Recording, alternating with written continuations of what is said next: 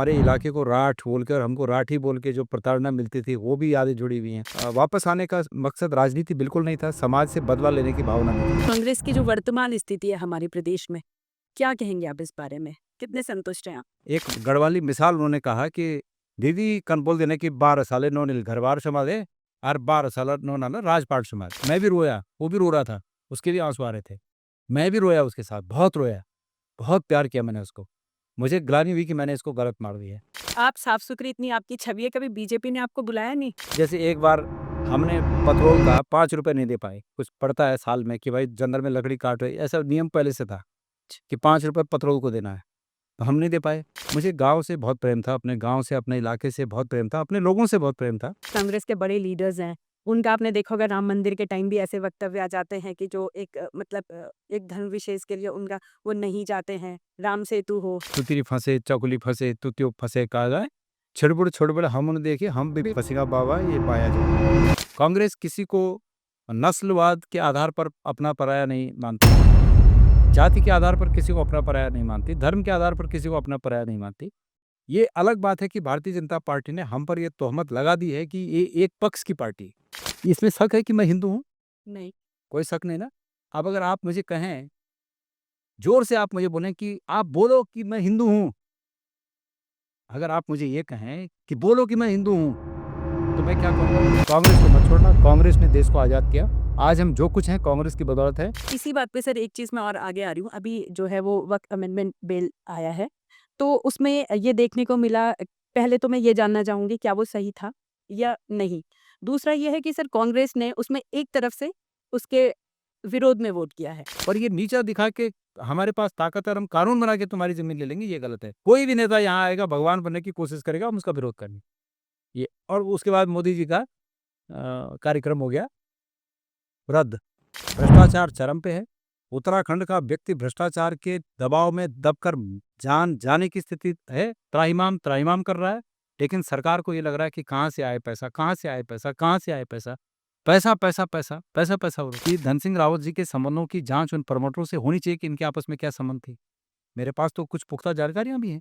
और गणेश गोयल ने कोविड के टाइम में अपनी जमीन पर एक कुछ करने के लिए एनए के लिए एप्लीकेशन डाली, वो आज तक चाकीसंड तहसील में वो एप्लीकेशन धूल भाग रही है। वो जमीन बिकी थोड़ी थी, मैं अपनी जमीन में काम करने की परमिशन मांग रहा था एनए कराने के लिए, तो मुझे नहीं मिली, पर दूसरा खरीद रहा है बाहर से, उसको मिल जाए। तो उसको उसको उसी में रजिस्ट्री मिल जा रही में मिल जाए। मिल जा रही है। बीजेपी की इस धामी सरकार को पहले तो माफी मांगनी चाहिए थी कि अगर इन्होंने ये अब ये कह रहे हैं कि हमने कठोर भू कानून बना दिया, कुछ नहीं भू कानून बनाया।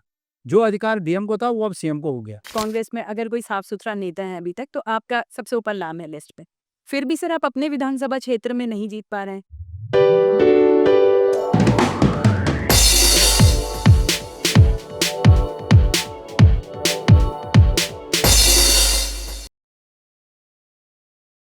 नमस्कार दोस्तों, मैं माधुरी डबराल और स्वागत है आप सभी का द डीएमडी शो के आज के इस पॉडकास्ट में। आज का पॉडकास्ट बहुत ही विशेष है। आज हमारे साथ जो मेहमान हैं हमारे, वो कांग्रेस के कद्दावर नेता हैं, जमीन से जुड़े हुए नेता हैं और बहुत साफ सुथरी छवि के नेता भी हैं। तो काफ़ी लोग आप में से उन्हें पहचान चुके होंगे, फिर भी मैं आपको बता दूं, आज हमारे साथ हैं श्रीमान गणेश गोदियाल जी। तो बहुत स्वागत है सर आपका हमारे शो। जी, जी, धन्यवाद और नमस्कार, आपके सभी दर्शकों को भी नमस्कार। तो सर थोड़ा-सा आप सबसे पहले तो पूछना चाहूँगी कि एक सफल और एस्टैब्लिश्ड बिज़नेसमैन से राजनीति की तरफ कैसे आना हुआ?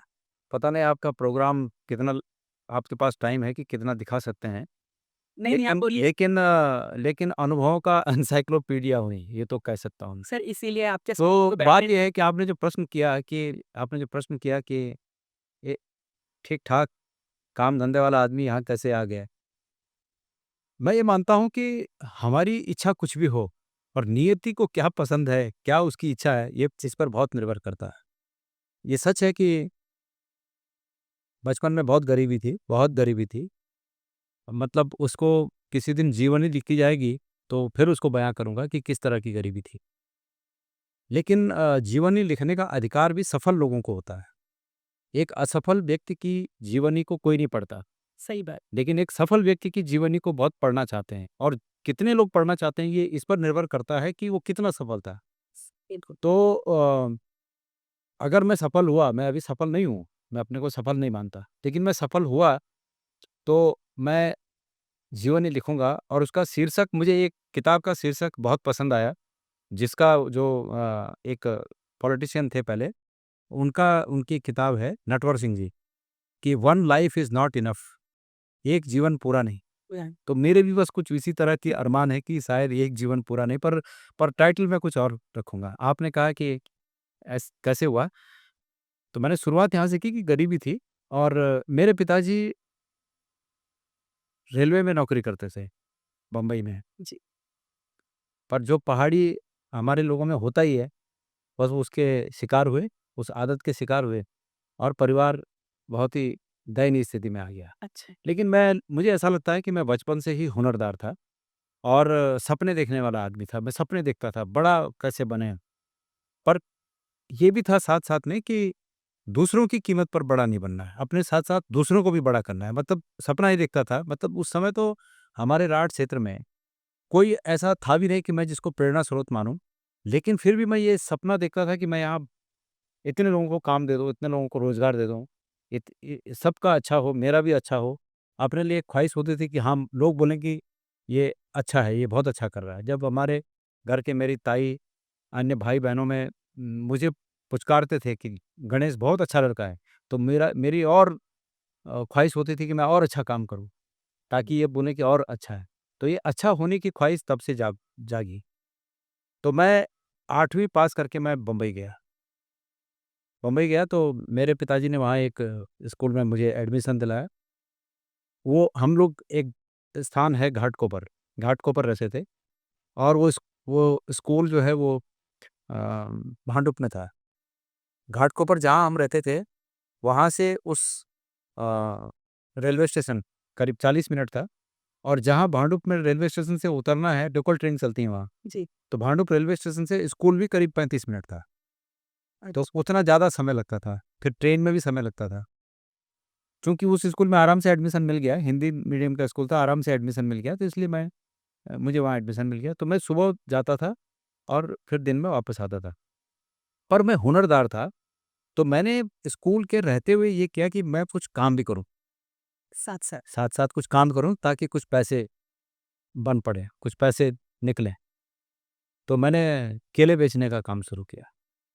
तो मैं घाटकोपर जिस जगह हम रहते थे उसको कामराज नगर बोलते थे और कामराज नगर से रेलवे स्टेशन घाटकोपर जाना, फिर भांडुप उतर के स्कूल जाना, फिर इसी तरह वापस आना, 3 बजे तक वापस आना, फिर केले की रेहड़ी उठाना और एक दूसरी जगह है करीब 5-6 किलोमीटर 6-7 किलोमीटर दूर, उसका नाम है गोवंडी। गोवंडी में केले के बखार होते थे। बखार मतलब जहाँ स्टोर ज स्टोर होता है, जहाँ केले पकते हैं, कच्चे केले आके पकते हैं जहाँ।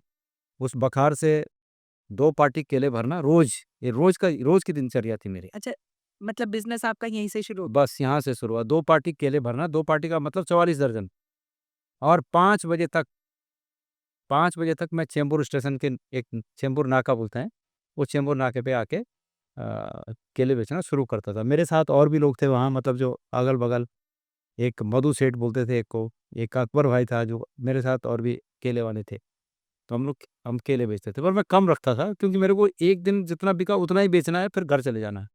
तो 1 दर्जन पे उस समय 20 पैसे, 25 पैसे प्रॉफ़िट होते थे। अच्छा। तो इस हिसाब से आप लगा लीजिए 10-12 रुपए रोज़ मुझे प्रॉफ़िट होते थे। मैं 10 रुपए माँ को देता था रोज़ अच्छी। और 2 रुपए स्कूल में दोस्तों पर खर्चा करता था।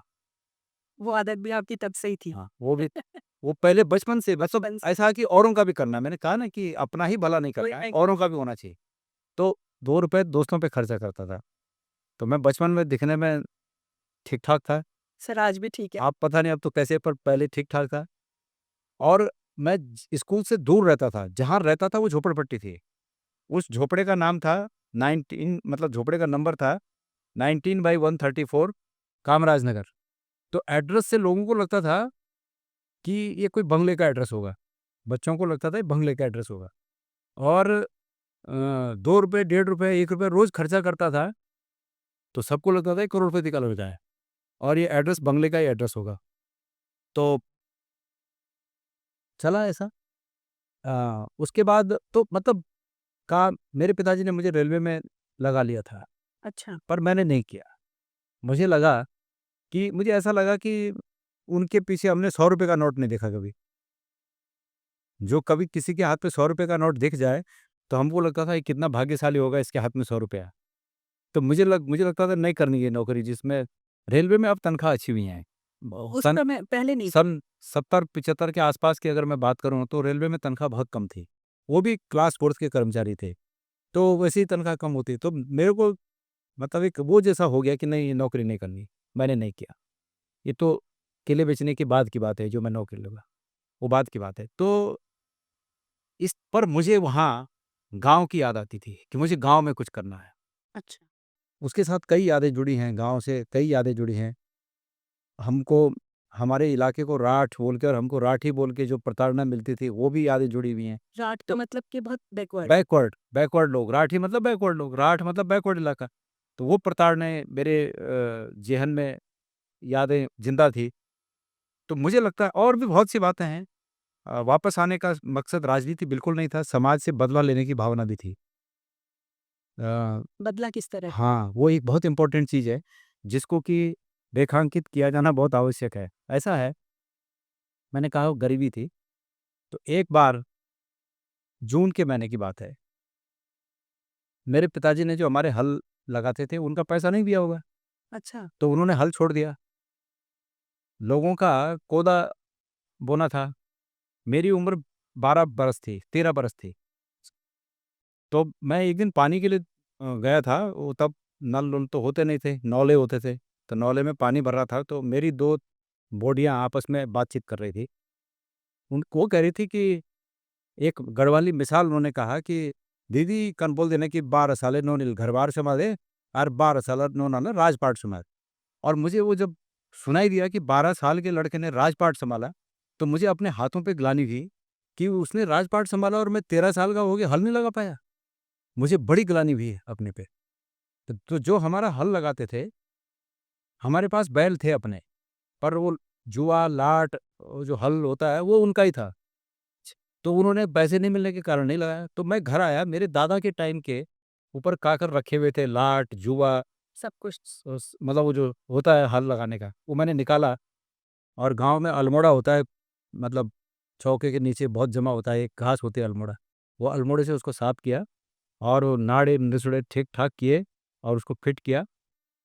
तो और मैं जो है, मैंने अपनी माँ से कहा कि मैं बहुत कमज़ोर था, दुबला-पतला, कमज़ोर। तो मैंने कहा इस हल को उठा के और एक खेत का नाम लिया मैंने, धाराफांग, बुढ़े धाराफांग में ये हौलते धर्यो।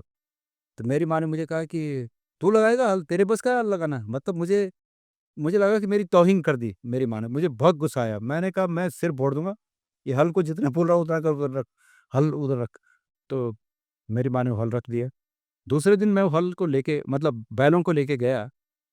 ऐसा समय था कि अन्न तो नहीं था घर में, घास भी नहीं था। ऐसे अकाल का टाइम था, क्या था मालूम नहीं। बैल भी भूखे, मैं भी भूखा, हम हल गए। हल गए तो मैंने उसको उनको जोता, पर गलती मैंने ये कर दी कि वो दाहिने को बाएँ जोत दिया और बाएँ को दाहिने जोत दिया। अच्छा। और वो फिर और दिन तो वो जब बोड़ा लगाते थे तो वो बराबर चलते थे, जो पहले लगाते थे वो चलते थे। अब मेरे को ये हुआ कि मेरे लगाने पे क्या हो रहा है, ये मतलब मेरे से क्यों नहीं चल रहे हैं? तो मैंने मतलब गुस्सा था ही, बचपन से ऐसा था मेरी मतलब गुस्से का नेचर था मेरा। मैंने बहुत मारा उनको, मेरे को आज तक याद है, उनकी शक्ल याद है। उसमें से एक नीचे नीचे गिर गया, बैठ गया। ले और एक इतना ही ऊँचा दूसरा खेत था, मैं उस खेत में की मेड़ पर जाके बैठ गया। तो जो देखने वाले लोग थे, हमारे परिचित सब लोग थे, उनके लिए सर्कस हो रखी थी। तमाशा देखने की सर्कस हो रखी थी। हाँ रे बाबा, जवान हो गया रे तू, लगा लगा हल लगा, इस तरह बोल रहे थे। अचानक मुझे ध्यान आया कि मैंने इनको उल्टा जोत दिया और मैं उनके करीब आया, जो गिरा था मैं उसको बहुत प्यार किया मैंने उसको। मैं भी रोया, वो भी रो रहा था, उसके भी आँसू आ रहे थे। मैं भी रोया उसके साथ, बहुत रोया, बहुत प्यार किया मैंने उसको। मुझे ग्लानि हुई कि मैंने इसको गलत मार दिया। बहुत उसको मैंने भेंटा, रोया उसके साथ। मैंने खोल दिया फिर उसने उन दिनों थोड़ा-थोड़ा हल्की घास जंगलों में जम जाती है, उनको जंगलों में छोड़ा, नहीं लगाया मैंने हल। और सब मेरी तो मज़ाक उड़ा रहे थे पूरे सब लोग कि बड़ा हल लगाने वाला है, ये वो। लेकिन अगली सुबह मैं ले गया, मैंने उनको सही जोता और जैसे भी था मैंने पूरी खेती में हल लगा दिया, और उसके बाद उस हल को लगाने के बाद, उस कोदे को बोने के बाद, फिर तब मैं बम्बई गया उसी साल। जून की बात है, जुलाई की बात, जून जुलाई की बात है। तो मन में बदले की भावना थी कि मुझे समाज को दिखाना है कि मैं हूँ। और जैसे एक बार हमने पेट्रोल का 5 रुपए नहीं दे पाए, कुछ पड़ता है साल में कि भाई जंगल में लकड़ी काट रहे, ऐसा नियम पहले से था कि 5 रुपए पेट्रोल को देना है, तो हम नहीं दे पाए। तो हमारी गांव में सामाजिक बहिष्कार हो गया कि भाई ये गांव से अलग है, गांव बांटी तोड़ गई। तो बांटी ये होती है कि जब बकरी उजाई उजाई होती है तो सबको थोड़ा थोड़ा थोड़ा थोड़ा मीट सबको देते हैं ना, तो हमको नहीं मिलता था। तो मेरे भाई को, मतलब वो बच्चों को उस समय गौने के टुकड़े देते हैं, एक एक, जब वो बांटते हैं तो एक एक टुकड़े गौने के देते हैं, तो वो लालसा में सब बच्चे वहाँ इकट्ठा हो जाते हैं। तो मेरा भाई नहीं समझता था कि हमारी बाटी टूटी हुई, तो हमें नहीं जाना है वहाँ। तो वो वहाँ जाने के लिए रोता था, मैं उसको इधर खींचता था। एक दिन वो मेरे से छूट के चला ही गया, तब किसी ने उसको कुछ कह दिया और फिर मैं उसको खींच के लाया। तो मैं फिर हमारा गाँव नदी के नज़दीक है, तो मैं फिर मुझ नदी में जाता था, और नदी में जाके अंगवाल बोलते हैं हमारे यहाँ, अंगवाल तोड़ता था, छोटी-छोटी मच्छियाँ लाता था, और खिन्ने के पत्ते के में पकाने के उसके हाथ में, उस समय जब वो लोग घोड़ा खाते थे और बच्चे, उसको पकी हुई मच्छियाँ लेता था। और उस शाम को हम लोग, फिर मुझे आदत पड़ गई कि मतलब हफ्ते में 2-3 बार जाना, छोटी-छोटी अंगवाल तोड़ना, और घड़ियाल बोलते हैं, छोटी मच्छियाँ मिलते हैं, वो लेके आना। मुझे आदत पड़ गई, फिर वो हम हमारा वो साहब ही हो गया, हफ्ते में 2-3 दिन का साहब जैसा। तो वो बदले की भावना मन में थी। और आपको बताऊँ मैं कि जब मैं बॉम्बे जाके ठीक हो गया, तो मुझे अच्छा लगता था कि मैं किसी को दूँ कुछ। तो मेरे पास अगर कुछ है तो मैं सबको देता था, लो भाई, जो है सबका है। तो मुझे वो बदला तो था, लेकिन वो प्रेम का बदला था, प्यार से जो बदला था वो। और एक कहावत है कि दुनिया बदलती है, बदलने वाला चाहिए। सब बदले फिर, सब ठीक हो गया। धीरे-धीरे सब ठीक हो गया। तो ये था, वो उन यादों ने मुझे खींच के वापस लाया। मैं जब 98 में वापस आया, 97-98 में मैंने शुरू कर दिया था, उस समय मेरे पास बम्बई में बहुत अच्छी संपत्ति थी। बहुत अच्छी संपत्ति थी, पर मैं फिलॉसफर टाइप का आदमी भी हूँ, मतलब अपनी फिलॉसफी है मेरी। मेरा वज़न उस समय 84, 82, 84 किलो वज़न हो गया था। मैंने सोचा अभी मेरी उम्र ही क्या है, 82-84 किलो वज़न हो गया। थोड़े दिन में पैसे, संपत्ति और बढ़ती जाएगी, पर डॉक्टर बोलेंगे तू खट्टा मत खाना, मीठा मत खाना, ये मत खाना, वो मत खाना, ये मत, वो मत। पहले ही सोचने लगे आप। हाँ, तो फिर ये जो पैसा होगा वो सिर्फ़ मैं उस पैसे को देख के दर्शक रहूँगा उस पैसे का, उसका मैं भोग नहीं करूँगा। ये आज 80 किलो हूँ, कल 100 हो जाऊँगा, और इससे अच्छा कि बस हो गया, नहीं चाहिए पैसा। टाटा बिरला हम बन नहीं सकते, हम उस खानदान से हैं नहीं। जितना हमारा है, जितना हमको चाहिए उतना हो गया, बस अब नहीं चाहिए। चलो, घर चलो। तो मैं घर आ गया। घर आने के बाद मैंने दूध का काम किया, दूध की डेयरी बनाई। अ, वहीं गाँव में अपने? गाँव में। अच्छा। मैंने करीब 250-300 नाली एक जगह ज़मीन ली, और फिर वहाँ पे दूध का डेयरी फार्म बनाया, और तब तक 2002 में उत्तराखंड अलग राज्य हो गया। तो जो 6 महीने का कार्यकाल है उस सरकार का, पौड़ी जिले में सरकार ने 100 दिन ने 6 महीना नहीं, 100 दिन का कार्यकाल का अपना एक वो फ़ोल्डर निकाला कि हमारी उपलब्धियाँ क्या हैं। तो उस डेयरी फार्म को भी सरकार ने अपनी उपलब्धि में गिना कि हमारे टाइम में ये यहाँ डेयरी फार्म बना है। उनका कोई रोल नहीं था, उनका एक नए पैसे का रोल नहीं, पर उसको ज़बरदस्ती उसमें डाला। ठीक है, कोई बात नहीं, किसी इलाके में अगर अच्छा होता है, वहाँ सरकार भी कहे कि हमारे समय में अच्छा हुआ, तो उसको कहने में कोई दिक्कत नहीं। पर कहने का तात्पर्य ये है कि मुझे गाँव से बहुत प्रेम था, अपने गाँव से, अपने इलाके से बहुत प्रेम था, अपने लोगों से बहुत प्रेम था। देखिए, मैंने वहाँ राठ महाविद्यालय बनाया। राठ महाविद्यालय इसलिए बनाया कि हमें राठी कहते थे। मेरी इच्छा थी कि सबकी डिग्रियों में राठ लिखा हो, और उस सबकी डिग्रियों में राठ लिखा गया। लेकिन मैं चाहता, अगर मुझे पैसा ही बनाना होता तो मैं बम्बई में कॉलेज बनाता, देहरादून में ज़मीन ले, उस समय ज़मीन जो भाव में मैंने वहाँ राठ में ली, उससे सस्ते भाव में यहाँ देहरादून के इंटीरियर में उस समय ज़मीनें मिलती थी। बिल्कुल सही कह रहे हैं। लेकिन मेरा मन यहाँ नहीं था कि मैं देहरादून या बम्बई, तब तो मेरे को बम्बई ठीक था। मन गाँव में था कि मैं यहाँ कुछ करना है, और मैंने राठ महाविद्यालय बनाया। तो आज बतेरे लोग, मुझे दुःख होता है कि वहाँ के भी लोग कभी-कभी ऐसी बातें करने लगते लगते हैं राजनीतिक द्वेष भाव के कारण, कि अजी साहब ये तो ऐसा बनाया है और वैसा बनाया है। जिन लोगों ने एक शुरुआत तो की आपने और उस सरकार शुरुआत को जो नहीं, काम करना शुरुआत देते वो उस इलाके को जो एक पहचान मिली, पहचान जो उस इलाके की इज़्ज़त में इज़ाफ़ा हुआ, वो सिर्फ़ और सिर्फ़ उस वजह से हुआ कि वहाँ पर शिक्षा का एक इतना बड़ा केंद्र बना। और वो स उसमें तो मेरा जो कुछ था, मैंने वहाँ लगाया। नहीं, वो तो जग जाहिर है वो बात तो कि आपने बहुत अपने तो एफर्ट से तो ये है, अभी अगर ज़िंदगी ज़िंदगी की पूरी कहानी होगी तो फिर आपका ये पॉडकास्ट बहुत कंफर्ट लिमिटेड, हाँ, इसमें टाइम भी हो जाएगा, तो ये बात है। इसलिए मैं वापस आया। जब मैं वापस आया, तो मुझे राजनीतिक महत्वाकांक्षा नहीं थी मेरी, ऐसा कुछ नहीं था। पर मैं पक्का कांग्रेसी था, पक्का, पहले से ही थे। प पहले से, मतलब बचपन से। अच्छा, हाँ, वो इसलिए कि माँ-बाप ने भर रखा मन में कि कांग्रेस ने देश को आज़ाद किया। कांग्रेस ने अंग्रेज़ों से किस तरह लोहा लेकर इस देश को आज़ाद किया, अपने प्राणों की कुर्बानी दी, जीवन लगा दिया। जवाहरलाल नेहरू इतने साल जेल में रहे, मोतीलाल नेहरू इतने बड़े आदमी थे, पैसे वाले थे, वो चाहते तो ऐश की ज़िंदगी जी सकते थे। मेरे पिताजी कहते थे कि किसी घटना का ज़िक्र करते थे कि जवाहरलाल नेहरू ने एक बार किसी अंग्रेज़ को जो दिल्ली में बैठते होंगे, इनके बड़े उस समय के वायसराय या क्या होते थे जो, उनको बुलाया और चाय बनाई और नोट जला के चाय बनाई। तो बोलते थे कि इतने बड़े वो पैसे वाले थे, लेकिन उसके बावजूद वो जेल गए, इस देश के लिए गए। फिर कहते थे कि इंदिरा गांधी काली का अवतार है, उसने पाकिस्तान के 2 टुकड़े कर दिए। तो हमारे मन में वो जज़्बात भर रखे थे, तो हम जहाँ भी रहे हम कांग्रेस के साथ हैं। तो जब मैं वापस आया, तो मैं तो पक्का कांग्रेसी था। तो मैं सार्वजनिक जगहों पर कांग्रेस की बात करता था। उस समय भारतीय जनता पार्टी का उत्तर प्रदेश में शासन था। हम लोग भी उत्तर प्रदेश का तब हिस्सा हुआ करते थे। उसके बाद 2000 में हम अलग हुए। तो सरकार की नीतियों के खिलाफत करना, मैं बिल्कुल ये समझता था कि एक नागरिक का हक है, अधिकार है, कर सकता है। तो चाय की ठेली में, जहाँ पर 4 लोग बैठे हों वहाँ हमने ये सब शुरू किया। और जब शुरू किया तो उसका भी, जैसे मैं 2018 की अभी थोड़ी देर पहले आपसे बात कर रहा था कि राजनीतिक कोपभाजन बना मैं, तो वो वहाँ पर डेयरी भी उस समय वो कोपभाजन का शिकार बन गई। बहुत से इंसिडेंट्स हुए उसमें। सत्ता में बैठे हुए लोगों ने बहुत से जालसाजियाँ की। ठीक है, वो सब किया। फिर मुझे ऐसा हुआ कि अब कहाँ? पर मैं वो सौभाग्यशाली व्यक्ति हूँ कि मुझे टिकट घर में आया, अच्छा। कांग्रेस का, घर में।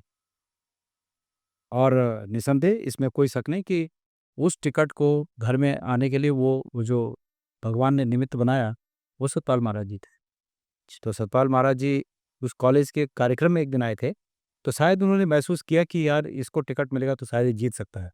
तो मुझे मैं मुझे कहीं नहीं जाना पड़ा। मैं अब तो सुनता हूँ लोगों से कि टिकट के लिए हमने ये किया और वो किया, इतने मकसद करना पड़ता है। पर हमें टिकट नहीं मिले। पर मैं समझता हूँ कि उस रूप में मैं परमेश्वर का धन्यवाद करना चाहता हूँ कि मुझे घर में टिकट आया। महाराज जी का भी करना चाहता हूँ कि वो ठीक है, आज हमारी पार्टी में नहीं है। अब मेरी तो इच्छा थी कि वो रहते, पार्टी में रहते, लेकिन ठीक है वो नहीं रहे, उनकी अपनी इच्छा थी। जब वो गए तो उनकी इच्छा ये भी थी कि हम भी उनके साथ जाएँ, लेकिन हमने कहा नहीं, हम छोड़ सकते हैं, लेकिन ऐसा नहीं कर सकते कि एक पार्टी पे मतलब जीतो, एक पार्टी के टिकट पे जीतो और दूसरी पार्टी में चले जाओ, चले जाओ। ये तो नहीं कर सकता। तो हम नहीं गए। तो इस तरह राजनीति में आए हम। और जब आ गए तो नरेंद्र सिंह नेगी जी का वो गीत आप जानते होंगे कि चकुली तुतरी फंसे, चकुली फंसे, तू क्यों फंसे काला, छिड़बुड़ हम उन्हें देखे, हम भी फंसेगा बाबा ये बाया जाल में। तो माया जाल में आप फँसी गए हाँ, फ्रेंड। तो ये है कहा। आपकी अभी बातों में आपने एक बात कही कि अभी मैं सफल नहीं हूँ। तो आपके मायनों में सफलता क्या है आपके मायने में? देखिए सफल, हम कक्षा 1 में एडमिशन लेते हैं, हुँ। तो 1 में एडमिशन लेने के बाद वो 1 में पास हो गया तो ये थोड़ी मानेगा कि मैं सफल हो गया। उसका मतलब है कि भाई वो कुछ कुछ उस शिक्षा के क्षेत्र में महारत हासिल करे। तो आपका भी कुछ टारगेट हमारा राजनीतिक क्षेत्र में भी वही महत्वाकांक्षा होनी चाहिए बिल्कुल। कि भाई अगर मैं इसमें मैंने पहली, दूसरी, तीसरी पास कर ली है, तो मैं कम से कम हाई स्कूल, इंटरमीडिएट का बोर्ड का सर्टिफिकेट लेके घर आऊँ, बिल ऐसी सुपर ना आ जाऊँ। तो ये है कि मैं मानता हूँ कि अभी मैं सफल नहीं हूँ। मैंने वो इस परिप्रेक्ष्य में कहा कि जीवनी लिखने का अधिकार सफल व्यक्ति को है। और इतिहास भी, सफल लोग, विजेता लोग इतिहास लिखते हैं। अतीत से देख लो आप, राम और रावण का युद्ध हुआ, जो विजेता था उन्होंने इतिहास लिखा। अगर विजेता कोई और होता तो वो इतिहास लिखा जाता। इतिहास लिखते हैं। तब भगवान किसको कहा जाता? विजेता को। विजेता। हिटलर अगर विश्व युद्ध में हिटलर जीत जाता, तो इतिहास कौन लिखता? हिटलर लिखता। तो सफल लोगों को ये अधिकार है, कुदरती अधिकार है कि वो अपने जीवन ही लिखें। इतिहास वो लिखते हैं जीवन ही क्या, इतिहास ही तो है। बिल्कुल। ये जो मैं अपनी व्यथा बता रहा हूँ आपको, ये इतिहास ही तो है, इतिहास। मेरे जीवन का इतिहास। तो इतिहास और जीवनी लिखने का अधिकार विजेता या सफल व्यक्ति को है। तो आप अभी अपने को वहाँ नहीं अभी मैं वहाँ नहीं पाता हूँ अपने को, अभी मैं वहाँ नहीं पाता हूँ। पर चलिए आपका जैसा संभावना ज़रूर है, नहीं और संभावना भी इसलिए है कि लोगों के मुँह में, अब कल शाम को मैं एक शादी में गया, तो शादी में गया तो और कुछ नहीं, पर मुझे भरपूर खुराक मिली। मैंने खाना तो थोड़ा ही खाया, पर जो जो शब्दों के आशीर्वाद की खुराक मुझे मिली, वो मेरे लिए बहुत भरपूर थी, तो मुझे अच्छा लगा।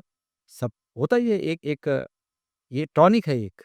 मैंने कहा ना, बचपन में मेरी बॉडी बोलती थी कि सबसे अच्छा बेटा हमारा तो गणेश अच्छा आप अभी तक गणेश है, वो टॉनिक था। बिल्कुल। तो वो टॉनिक से यहाँ तक आए, तो आज जनता टॉनिक दे रही है कि भाई अच्छे हो, अच्छे कर रहे हो, आगे बढ़ो, तो वो टॉनिक मिलता है। तो इसलिए संभावना बनी हुई है कि मैं ज़िंदगी में निश्चित रूप में जिस क्षेत्र में हूँ, उस क्षेत्र में सफल बनूँगा, होऊँगा। नहीं, आपके प्रति तो लोगों का हम लोग तो जैसे आप तो फिर भी पॉलिटिकल उसमें, हम तो जनमानस के बीच हैं। तो कई बार ऐसा सुनने को मिलता है कि कांग्रेस में एक वो नेता हैं, बड़े साफ-सुथरे नेता हैं, बड़ी साफ-सुथरी छवि भी है। तो आप साफ-सुथरी इतनी आपकी छवि है, कभी बीजेपी ने आपको बुलाया नहीं? जब सारे कांग्रेसी नेता उस तरफ नहीं, जा कई बार, ऐसा कई बार, और अभी भी प्रयास जारी हैं। बट मैं लोगों से एक चीज़ कहना चाहता हूँ, बतेरे लोगों के लिए, और मैं भी उसमें से एक हूँ, पार्टियाँ प्लेटफ़ॉर्म है, बिल्कुल। मेरे लिए भी। मुझे कांग्रेस की नीतियाँ इसलिए पसंद है कि मुझे लगता है कि कांग्रेस सबकी पार्टी है। कांग्रेस किसी को नस्लवाद के आधार पर अपना पराया नहीं मानती, जाति के आधार पर किसी को अपना पराया नहीं मानती, धर्म के आधार पर किसी को अपना पराया नहीं मानती। ये अलग बात है कि भारतीय जनता पार्टी ने हम पर ये तोहमत लगा दी है कि ये एक पक्ष की पार्टी है। ये तोहमत लगा दी, चिपका दी हम पे। ये उनकी कार्यकुशलता है, ये उनका ये उनको झूठ को स्थापित करने का मास्टर मतलब महारत है उनकी, कि उन्होंने हम पर ये थोप दिया, लेकिन ऐसा नहीं है, हम सबकी पार्टी है।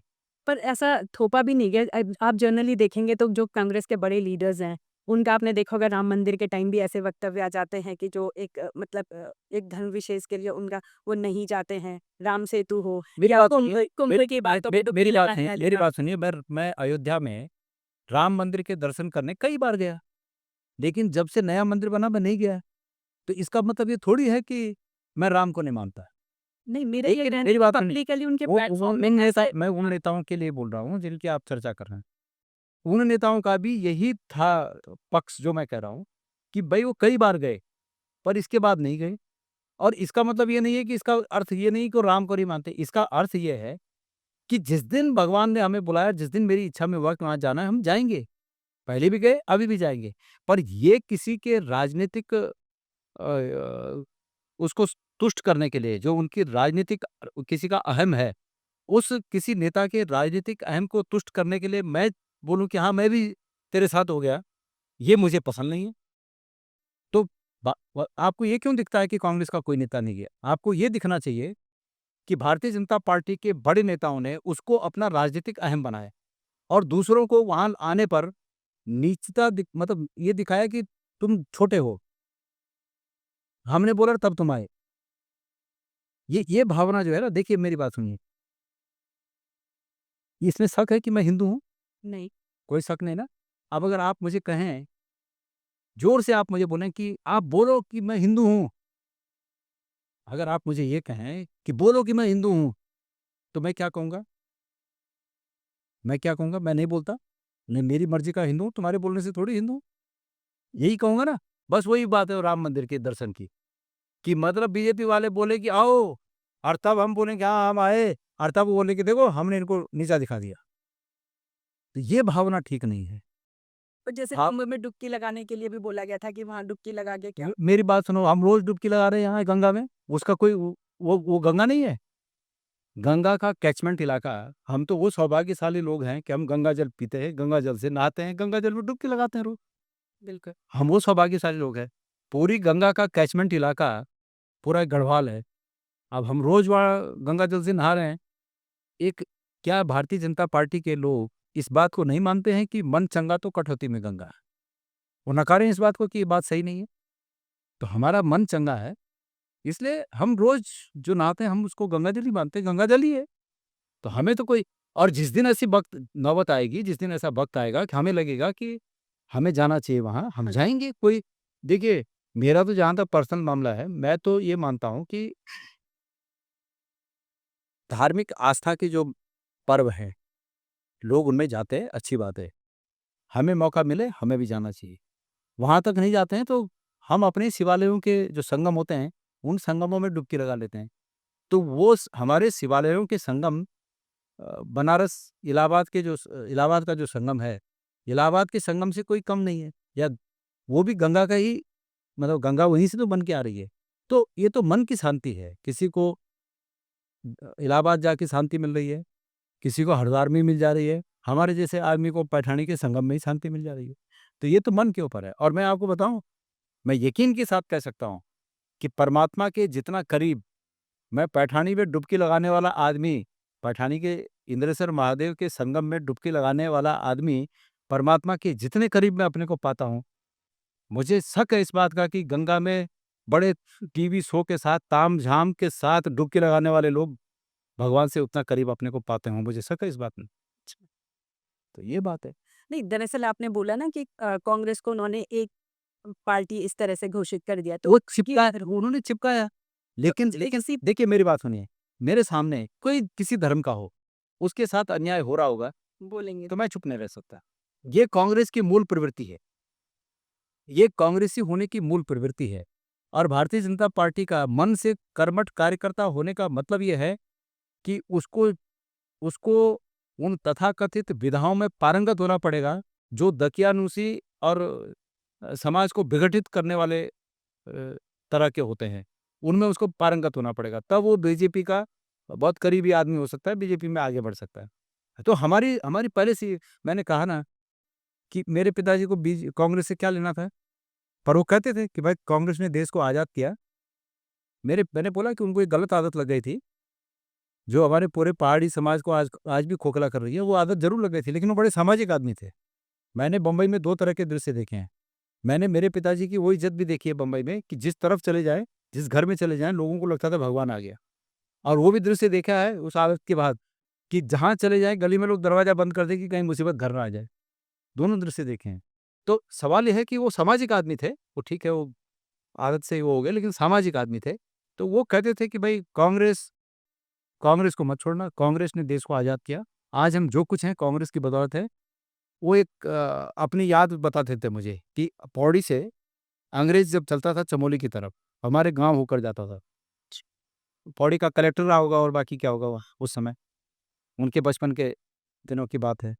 तो वो कहते थे कि गाँव वालों की ड्यूटी लगती थी अच्छा, कि अंग्रेज़ साहब को पिनस में उठा के ले जाना है। एक बार का बता रहे थे कि वो भी गए पीछे-पीछे देखने, मतलब छोटे रहे होंगे लेकिन वो देखने गए। तो देखने गए तो हमारे गाँव के 2-4 उनके उनके चाचा था, मतलब हमारे वो दादा लगते थे। हमने तो नहीं देखा था उनको। पर वो कहते थे कि वो 4-5 जो उनके चाचा लोग थे, वो एक दूसरे पिनस को ले जा रहे थे, उसमें साहब का कुत्ता था। मतलब कुत्ता भी कुत्ता भी पिनस में जाता था। तो एक उनके चाचा ने कहा, एक मतलब वो पिनस ले जाते हुए कि हे प्रभु, अगले जन्म में हमको भी ऐसे बना देना। मतलब उसको अपनी ज़िंदगी से ज़्यादा बेहतर कुत्ते की ज़िंदगी लगी कि ये बना देना हमको। और तब वो कहते थे कि ये वो पार्टी है, जिस पार्टी ने इस देश को आज़ाद किया और हमको उन अंग्रेज़ों के बराबर बना दिया। तो बोला, तो वो भावनाएँ हमारे मन में थी, इसलिए हम लोग जन्मजात, जिसको बोलते हैं ना कि जन्मजात कांग्रेसी, वो हैं। पर इसलिए कि कांग्रेस सभी के साथ बराबरी का ध्येय रखती है, बराबरी की मतलब नज़र बराबरी की रखती है। किसी से ऊँच-नीच भेदभाव ये नहीं करती, ये विचार हमें पसंद है। और ये विचार बीजेपी में स्थापित नहीं हो सकता। अगर किसी को बीजेपी में जाना हो और वो कहे कि मुझे इस विचार के साथ आना है, तो वो कहेंगे भैया तू उधर ही रह ले, यहाँ मत आना, तेरे लिए ये जगह नहीं है। यहाँ तो ताना-बाना इस तरह बुना जाता है कि कैसे दूसरों को नीचा दिखाया जाए, कैसे किसको कमज़ोर किया जाए। तो ये एक कांग्रेस और कांग्रेसी विचारधारा में और बीजेपी में ये फ़र्क है। बाकी तो पार्टियाँ प्लेटफ़ॉर्म है। इसी बात पे सर एक चीज़ मैं और आगे आ रही हूँ। अभी जो है वो वक़्त अमेंडमेंट बिल आया है, तो उसमें ये देखने को मिला। पहले तो मैं ये जानना चाहूँगी क्या वो सही था या नहीं? दूसरा ये है कि सर कांग्रेस ने उसमें एक तरफ से उसके विरोध में वोट किया है, उसके पक्ष में नहीं किया कि अमेंडमेंट नहीं होना चाहिए था। क्या आपको वाक़ई लगता है इतने सारे जो मुस्लिम सांसद थे, जो भी थे, उन सब ने तो उसके फ़ेवर में किया, लेकिन कांग्रेस के किसी भी हिंदू सांसद ने इसके विरोध में वोट नहीं किया?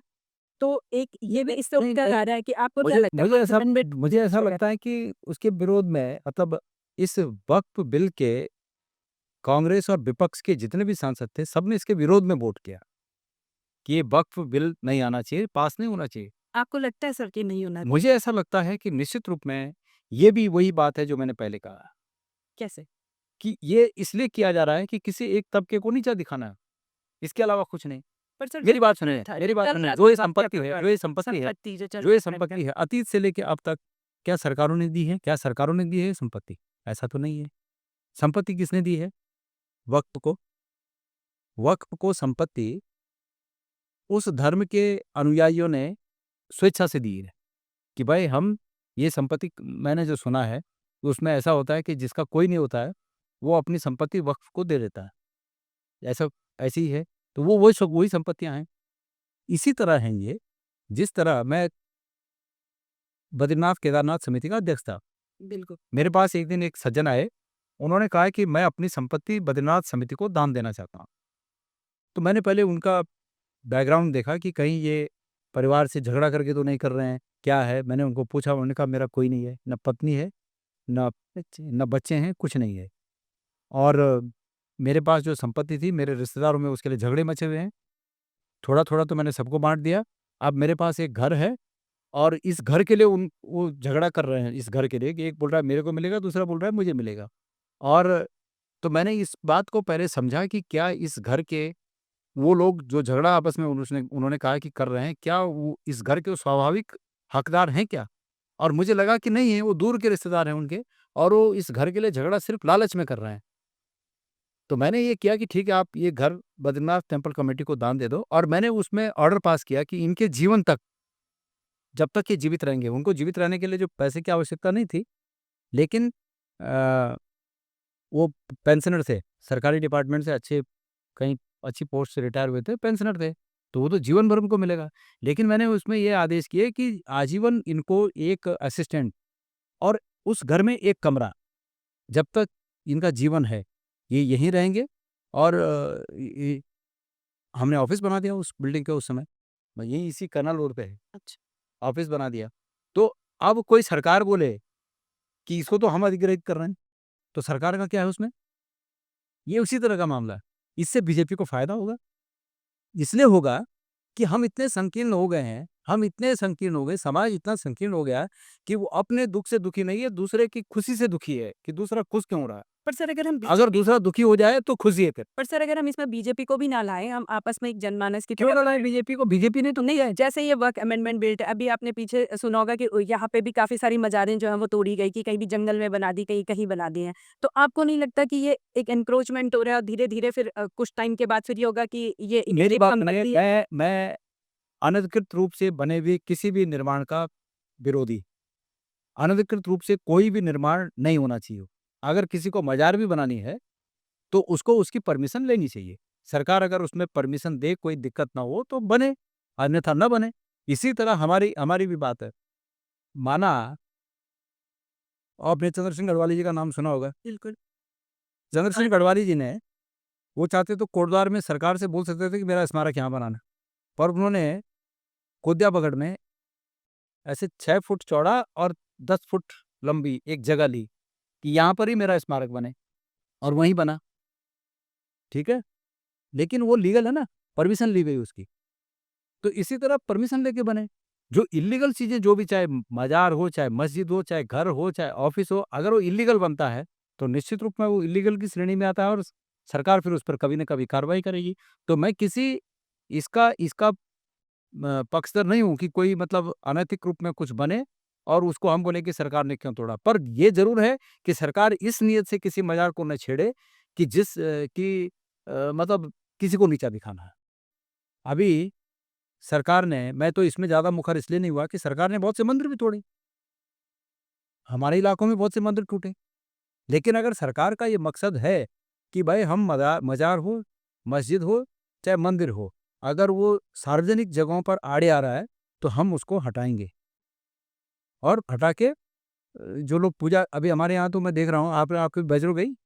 बैजरोनी। बैजरों से जब चौखाल वाली सड़क पे जाओ, तो वहाँ बगल में एक मज़ार है। अब उस मज़ार में रोज़ फूल चढ़ाए रहते हैं। कौन चढ़ाता है उन फूलों को? हमारे लिए। हमारे लोग चढ़ाते हैं। तो ये वो लोग हैं, जो आस्था में ये मानते हैं कि आस्था किसी जाति तक सीमित नहीं है, किसी धर्म तक सीमित नहीं है। मैं यकीन के साथ कह सकता हूँ, कोई कितना भी बड़ा धार्मिक व्यक्ति, चाहे वो हिंदू हो, मुसलमान हो, सिख हो, ईसाई हो, अगर कोई कितना भी बड़ा धार्मिक तथा कथित रूप में आजकल जो बने हुए हैं बड़े-बड़े कि हम तो बस दूसरे धर्म की तरफ देखते नहीं हैं, अगर उनके परिवार में भगवान ना करे कभी ऐसी बात हो और कोई केस हो जाए, किसी को फांसी की सज़ा होने वाली हो और वो गुज़र रहा हो और बगल में कोई मज़ार मिल जाए, तो ऐसा नहीं हो सकता है कि उसकी नज़रें उस तरफ जो है उम्मीद के साथ जाएँ और वो नतमस्तक हो जाए कि बचा देना मुझे। ऐसा नहीं हो सकता। या कोई मुसलमान हो और उसको मंदिर की घंटी सुनाई दे और उसी समय उसको जैसे ध्यान आए कि भाई आज सज़ा होने वाली है, फांसी भी हो सकती है, बरी भी हो सकता हूँ, तो उस घंटी की तरफ उसका सर न झुके कि हे ऊपर वाले मुझे बचा देना। तो क्या है धर्म? ये तो राजनीतिक लोग और सत्ता में बैठे हुए लोग जो हैं, वो अपने पक्ष में बोलने की कोशिश करते हैं। कांग्रेस ने यही नहीं किया। कांग्रेस ने कहा सब हो या खया। गढ़वाली समझते हो? हाँ, हाँ, बिल्कुल। ये जो आपका चैनल देखेंगे ये तो ज़्यादा लोग समझते हैं। ही है सर। सब ज़्यादा से गढ़वाली सिंह। बिल्कुल। तो कांग्रेस वाले इनकार कि सब हो या खया। और ये इसलिए किया 47 में, सन 47 में जब देश आज़ाद हुआ, तब इस देश में जो संख्या थी मुस्लिमों की और जो पाकिस्तान में संख्या थी मुस्लिमों की, सबको छूट दी गई कि भाई जो जहाँ बसना चाहता है बसे, ठीक है? और बतेरे हिंदू पाकिस्तान में रुक गए, बतेरे मुस्लिम हिंदुस्तान में रुके। उनको इसी देश में विश्वास था और बतेरे हिंदुओं को पाकिस्तान पे विश्वास था, बिल्कुल। ठीक है? लेकिन पाकिस्तान ने संकीर्णतावाद अपनाया। पाकिस्तान ने दमन की नीति अपनाई। इसलिए आज पाकिस्तान उस जगह पर है जहाँ वो है और हिंदुस्तान ने विस्तीर्ण हृदय की नीति अपनाई। नेहरू का विज़न वो संकीर्ण नहीं था, विस्तीर्ण था। इसलिए आज भारत जहाँ पर है, वो नेहरू की वजह से है। हम विश्व में एक बड़ी महाशक्ति के रूप में हैं। उन अगर जिस तरह उस समय पाकिस्तान ने किया और उस समय यहाँ भी मोदी जी की सरकार होती और वो भी यही करते, आज जैसा पाकिस्तान का हालत है, वैसे हमारे हालात तो होते। वहाँ आतंकवादियों के कैंप हैं, यहाँ भी इसी तरह के कैंप होते जो जो आप देखते हैं ना लट्ठा चलाना और मारना, पीटना, इसके भी कैंप में आपने देखा पर है। सर 3 टेन्योर लगातार जनता ने उन्हें वो ठीक है, मैं ये कह रहा हूँ इसके बाद मैं ये कह रहा हूँ, हाँ। अभी एक भाजपा के सांसद ने चीफ जस्टिस और कोर्ट के खिलाफ बयान दिया। उसको जनता ने जिताया ना और हो सकता है कि कोर्ट उस पर कोई कार्रवाई करे, सज़ा तक हो जाए। तो इसका मतलब ये है कि उसको जनता ने जिताया तो वो तो सब कुछ कर सकता है। ये तो नहीं होगा ना कि जनता ने जिताया है, इसलिए भई उसको सज़ा नहीं हो सकती। नहीं, लेकिन उसी जनता ने कांग्रेस को भी बहुत सालों तक रखा। नहीं, उसी जनता नहीं, ने जो पिछले जो 3 आपका टेन्योर जो से आपका प्रश्न है ना, तो मेरा ये जो कहना है आपका कि प्रश्न है कि 3 बार मोदी जी को जनता ने जिता दिया। उससे पहले कांग्रेस को भी लगातार जिताया। हाँ, जिताया, जनता ने मोदी जी को 3 बार जिता दिया, लेकिन उनकी जो गलत नीतियाँ हैं, उसका विरोध होना होना चाहिए। यही लोकतंत्र का तकाज़ा है, यही लोकतंत्र की खूबसूरती है। आपने अभी कहा कि बीजेपी वालों ने आपको नहीं अगर बीजेपी वाले मुझे बुलाएँ और मैं चला जाऊँ, तो आप ये बताइए, नुकसान किसका है? मेरा तो कुछ न कुछ फ़ायदा ही होगा। मैं शांति से जो मैंने मेरा व्यापार ठप करा दिया इन्होंने, मैं दोबारा व्यापार चालू कर दूँगा। मैं व्यापार भी ठप मैं हुआ है। मैं मतलब जो कुछ इन्होंने नुकसान किया वो सब दोबारा स्थापित हो जाएगा। लेकिन जनता की आवाज़ मर जाएगी, हुँ। ठीक है? मैं 2 बार विधायक रहा, मुझे बहुत दिया जनता ने। मेरे बाप-दादा ने कभी सोचा नहीं होगा कि हमारे खानदान में कोई विधायक बनेगा। मैं विधायक बना जनता के आशीर्वाद से। तो जनता की आवाज़ नहीं मरनी चाहिए लोकतंत्र में। और दू आपने आपने सुना होगा, अटल बिहारी वाजपेयी जी अपने दम पे चुनाव नहीं जीतते थे, हार जाते थे।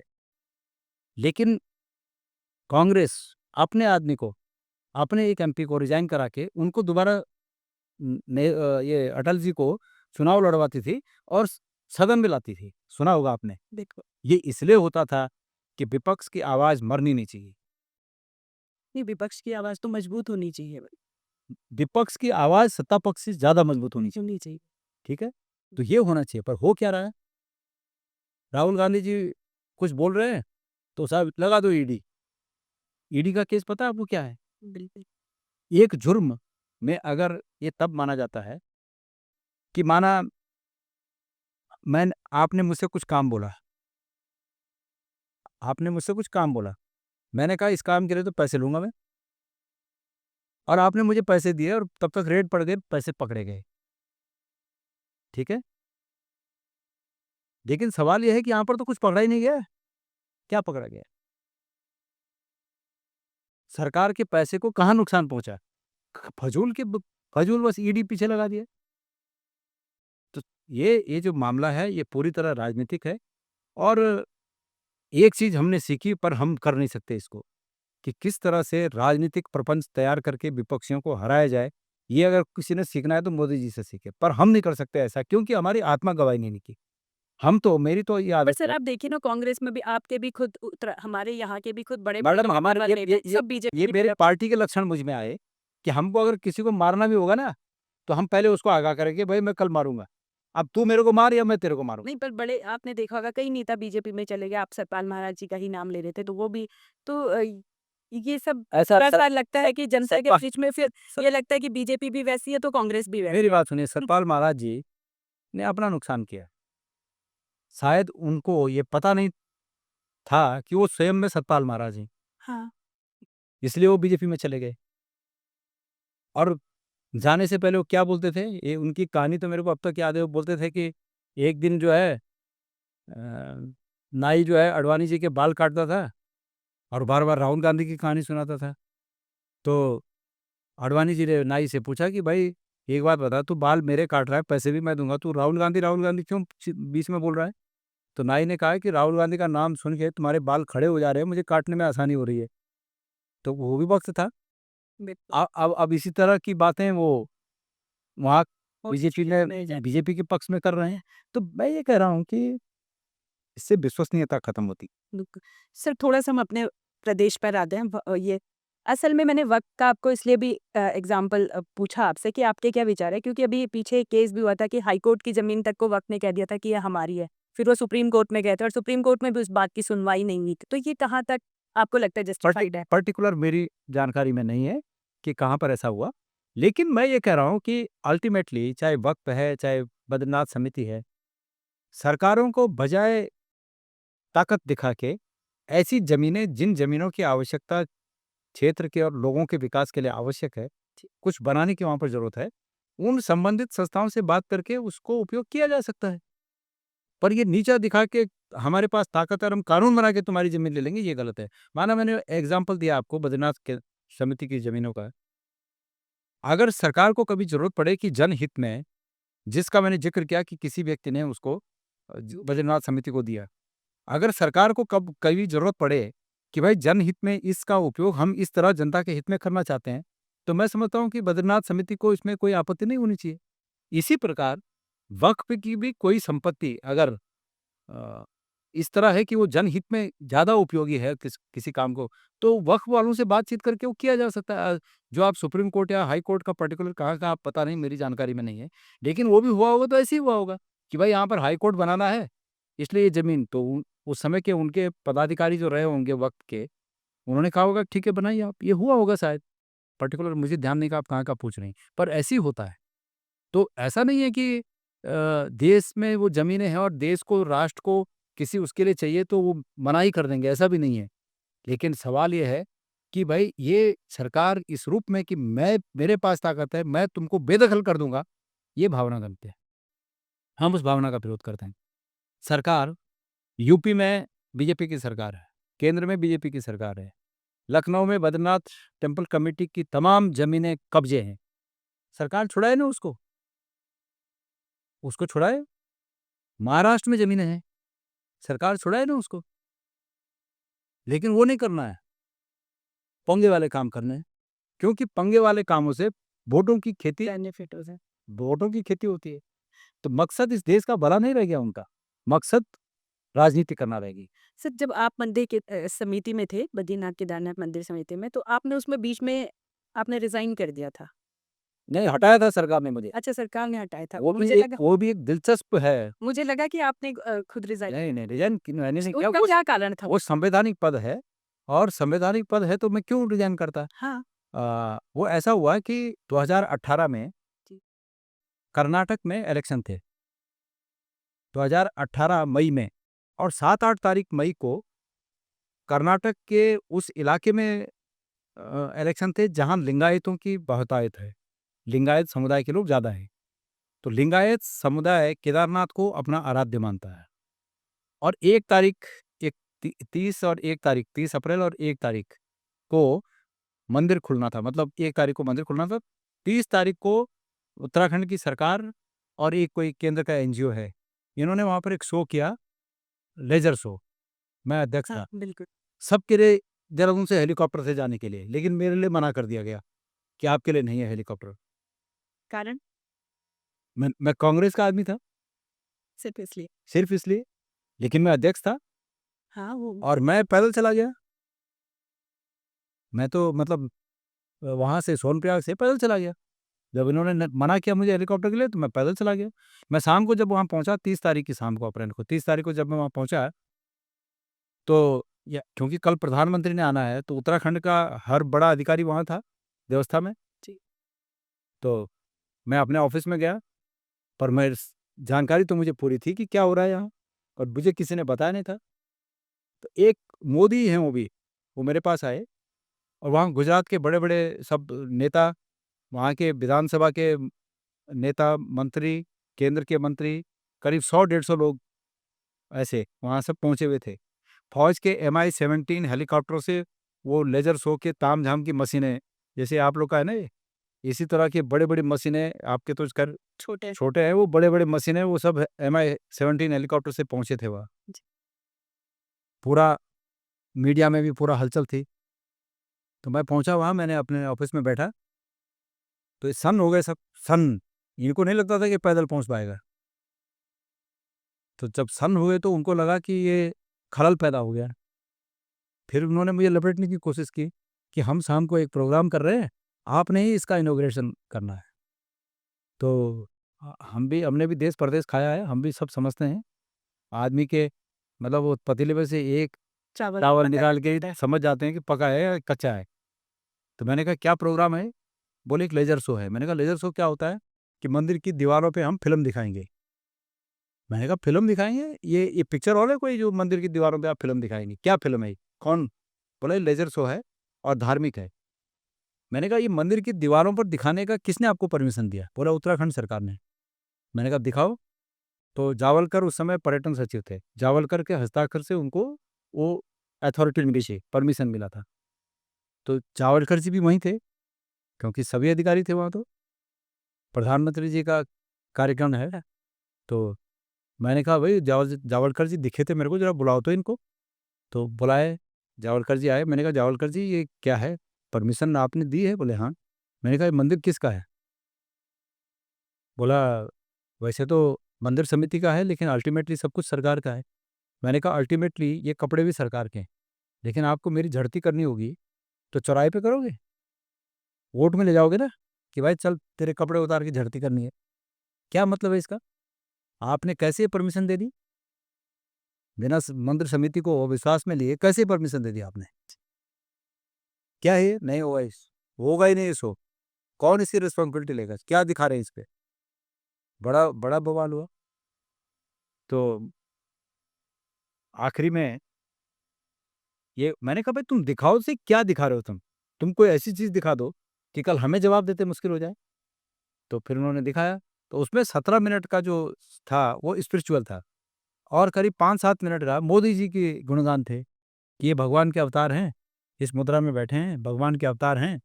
और ये केदारनाथ डेवास्टेशन के बाद, केदारनाथ में जो आपदा आई, उसके बाद इसके पुनर्निर्माण के लिए इन्होंने अवतार लिया है, ये था उसमें। मैंने कहा ये बकवास है, कोई भगवान नहीं है, हम सब इंसान हैं। ये प्रधानमंत्री है, ये प्रधानमंत्री बन सकते हैं, दोबारा बन सकते हैं, और मेरी जुबान उनके लिए फलीभूत हो, दोबारा भी बने फिर। तो 19 में भी बने, 24 में भी बन गए। मैंने कहा दोबारा बन सकते हैं, पर ये भगवान नहीं बन सकते, ये इंसान है। और कोई भी नेता यहाँ आएगा भगवान बनने की कोशिश करेगा, हम उसका विरोध करें। ये और उसके बाद मोदी जी का कार्यक्रम हो गया रद्द। मैं कि मैसेज पहुंच गया होगा। तो भगवान जो था तब वो नहीं आए, भगवान वो पशुपतिनाथ गए, तब वो लिंगायतों से जो प्रभावित कौन सो, तब पशुपतिनाथ गए भगवानों पर। तो इचिन हाल। तो पर सवाल यह है कि चाहे कोई कितना भी बड़ा व्यक्ति है, हम वसूलों के आधार पर किसी से नहीं डरते। वसूलों के आधार पर सबसे नजरें मिला के बात कर सकते हैं, और नजरें मिला के वही व्यक्ति बात कर सकता है जिसका अपने जमीर मजबूत हो, अपना जमीर जिंदा। ये बात तो है। तो ये मैं मानता हूँ। ये बात तो है। सर थोड़ा-सा हम प्रदेश की राजनीति में आएँ तो अभी जो कांग्रेस की जो वर्तमान स्थिति है हमारे प्रदेश में, क्या कहेंगे आप इस बारे में? कितने संतुष्ट हैं आप? नहीं ठीक है, देखिए बेहतरी की गुंजाइश सब जगह बनी होती।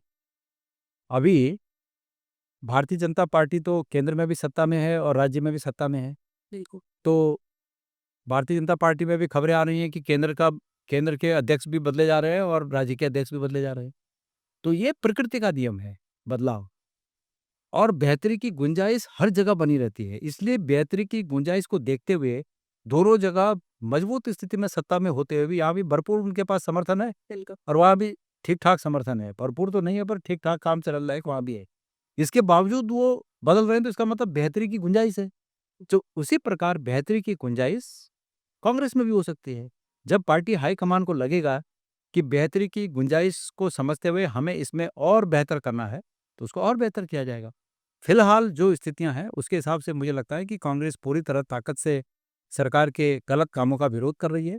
इस प्रदेश को दिशा देने में सरकार के साथ सरकार को इस प्रदेश के लिए क्या करना चाहिए, वो रास्ता भी कांग्रेस बता रही है।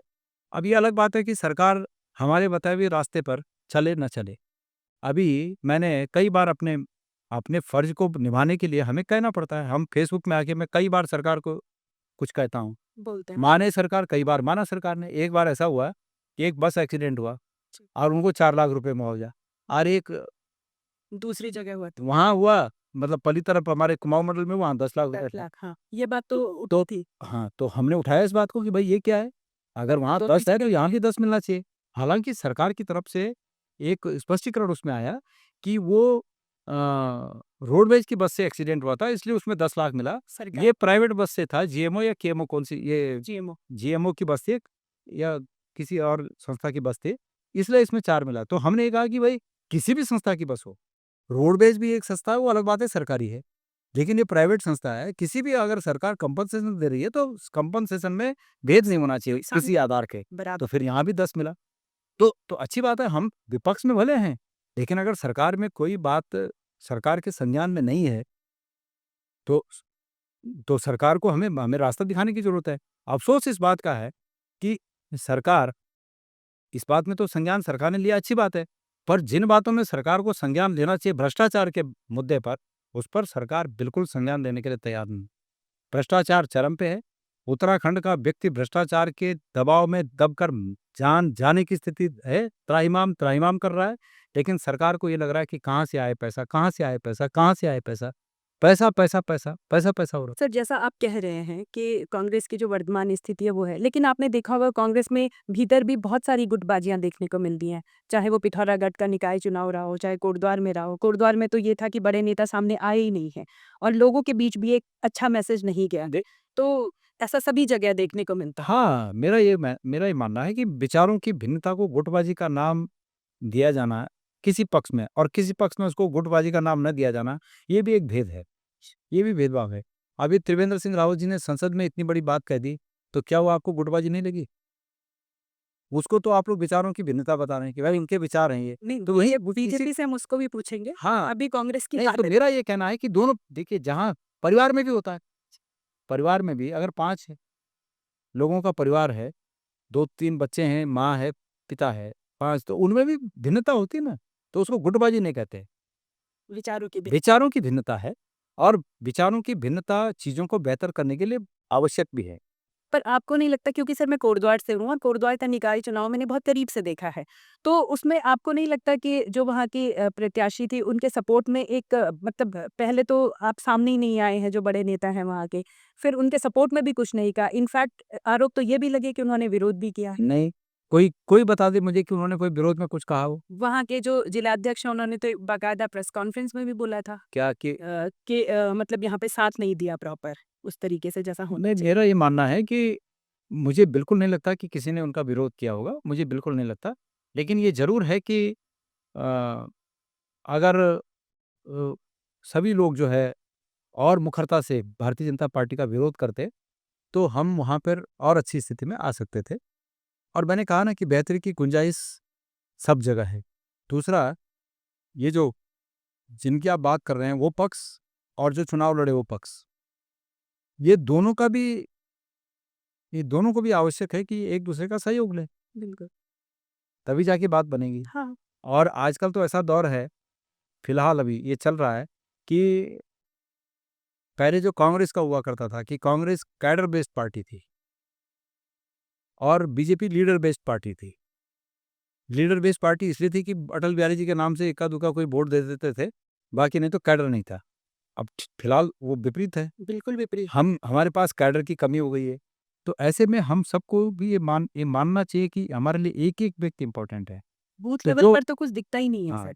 तो वो बहुत इम्पोर्टेंट है और मैंने ये कहा कि हम इसको इसी रूप में लेते हैं कि बेहतरी की गुंजाइश बनी हुई है। तमाम आपके जैसे हमारे कई शुभचिंतक लोग हैं जो इस बात को इंगित करते हैं कि भाई बूथ लेवल तक आपको मजबूत होने की आवश्यकता है बिल्कुल।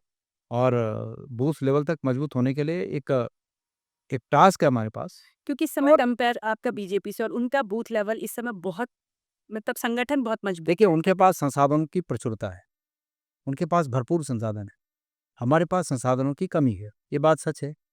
और आजकल के इस भौतिक युग में हर व्यक्ति ये चाहता है कि भाई मैं काम तो करूँ लेकिन मुझे काम करने के लिए प्लेटफ़ॉर्म तो मुहैया आप कराना पड़ेगा आपको। तो वो जो प्लेटफ़ॉर्म है, उस काम को करने के लिए जो प्लेटफ़ॉर्म है, उस प्लेटफ़ॉर्म को भी हमें उन्हें उपलब्ध कराना पड़ेगा। बूथ लेवल की मजबूती बहुत आवश्यक है, जो आपकी ये बात है इस पर मैं बिल्कुल आपके साथ हामी भरता हूँ, कि हमारा बूथ लेवल उस प्रकार से मजबूत करने की बहुत बड़ी गुंजाइश है अभी, जिस प्रकार से आज बीजेपी का है। सर एक चीज़ और आपने देखी होगी आम जनमानस में ये भी आरोप लग रहे हैं कांग्रेस पे कि वो मित्र विपक्ष की भूमिका निभा रहे हैं। चाहे वो कोई भी मुद्दा हो सदन में प्रखरता से विरोध नहीं होता है जिन मुद्दों का विरोध होना चाहिए। अब चाहे वो देसी पहाड़ी का मुद्दा रहा हुआ आपके एक विधायक ने कहा लेकिन बाकी सब शांत बैठे थे। नहीं, नहीं, ये गलत है कि एक विधायक विधायक का का भी साथ नहीं नहीं, दिया नहीं, नहीं, ऐसा भी गलत है। सबने कहा और उस विधायक को भी मैंने सुबह कहा। वो जो माननीय विधायक हैं, डोला जी। बुटोला जी को उस दिन सुबह मैंने ये बात कही कि आज आप इसमें विरोध करिए, ठीक है? औरों को भी कहा मैंने, किया लोगों ने सबने विरोध और उन्होंने प्रखरता से विरोध किया, इसलिए वो यश उन्हें मिला, हमें खुशी है इस बात की। लेकिन ऐसा नहीं कह सकते कि औरों ने विरोध नहीं किया, सबने विरोध किया इस बात का। ख़ास करके रितु खनूड़ी जी के एक्शन का सबने विरोध किया। नहीं, वो जिस प्रकार से उसका तो जो उनका एक्ट था, वो एक्ट लोकतंत्र में कहीं स्वीकार्य नहीं है, चाहे वो किसी पद पे हों। वो धमकाने की जो उनकी मुद्रा है और बार-बार इस बात को कहना कि मैं हेडमास्टरनी लोग मुझे कहते हैं, उसमें अपनी बड़प्पन दिखाना कि मैं हेडमास्टरनी बन गई हूँ, ये बिल्कुल स्वीकार्य नहीं है।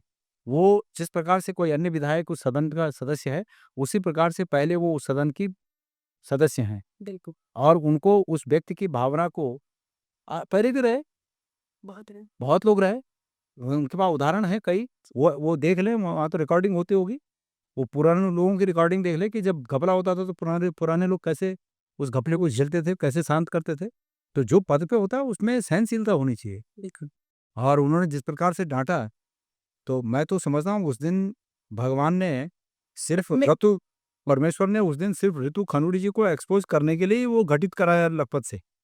मुझे ऐसा लगा। बुटोला जी के साथ अन्य जो नेता हैं वो खड़े होकर एटलीस्ट विरोध कर सकते थे उनके देखिए साथ।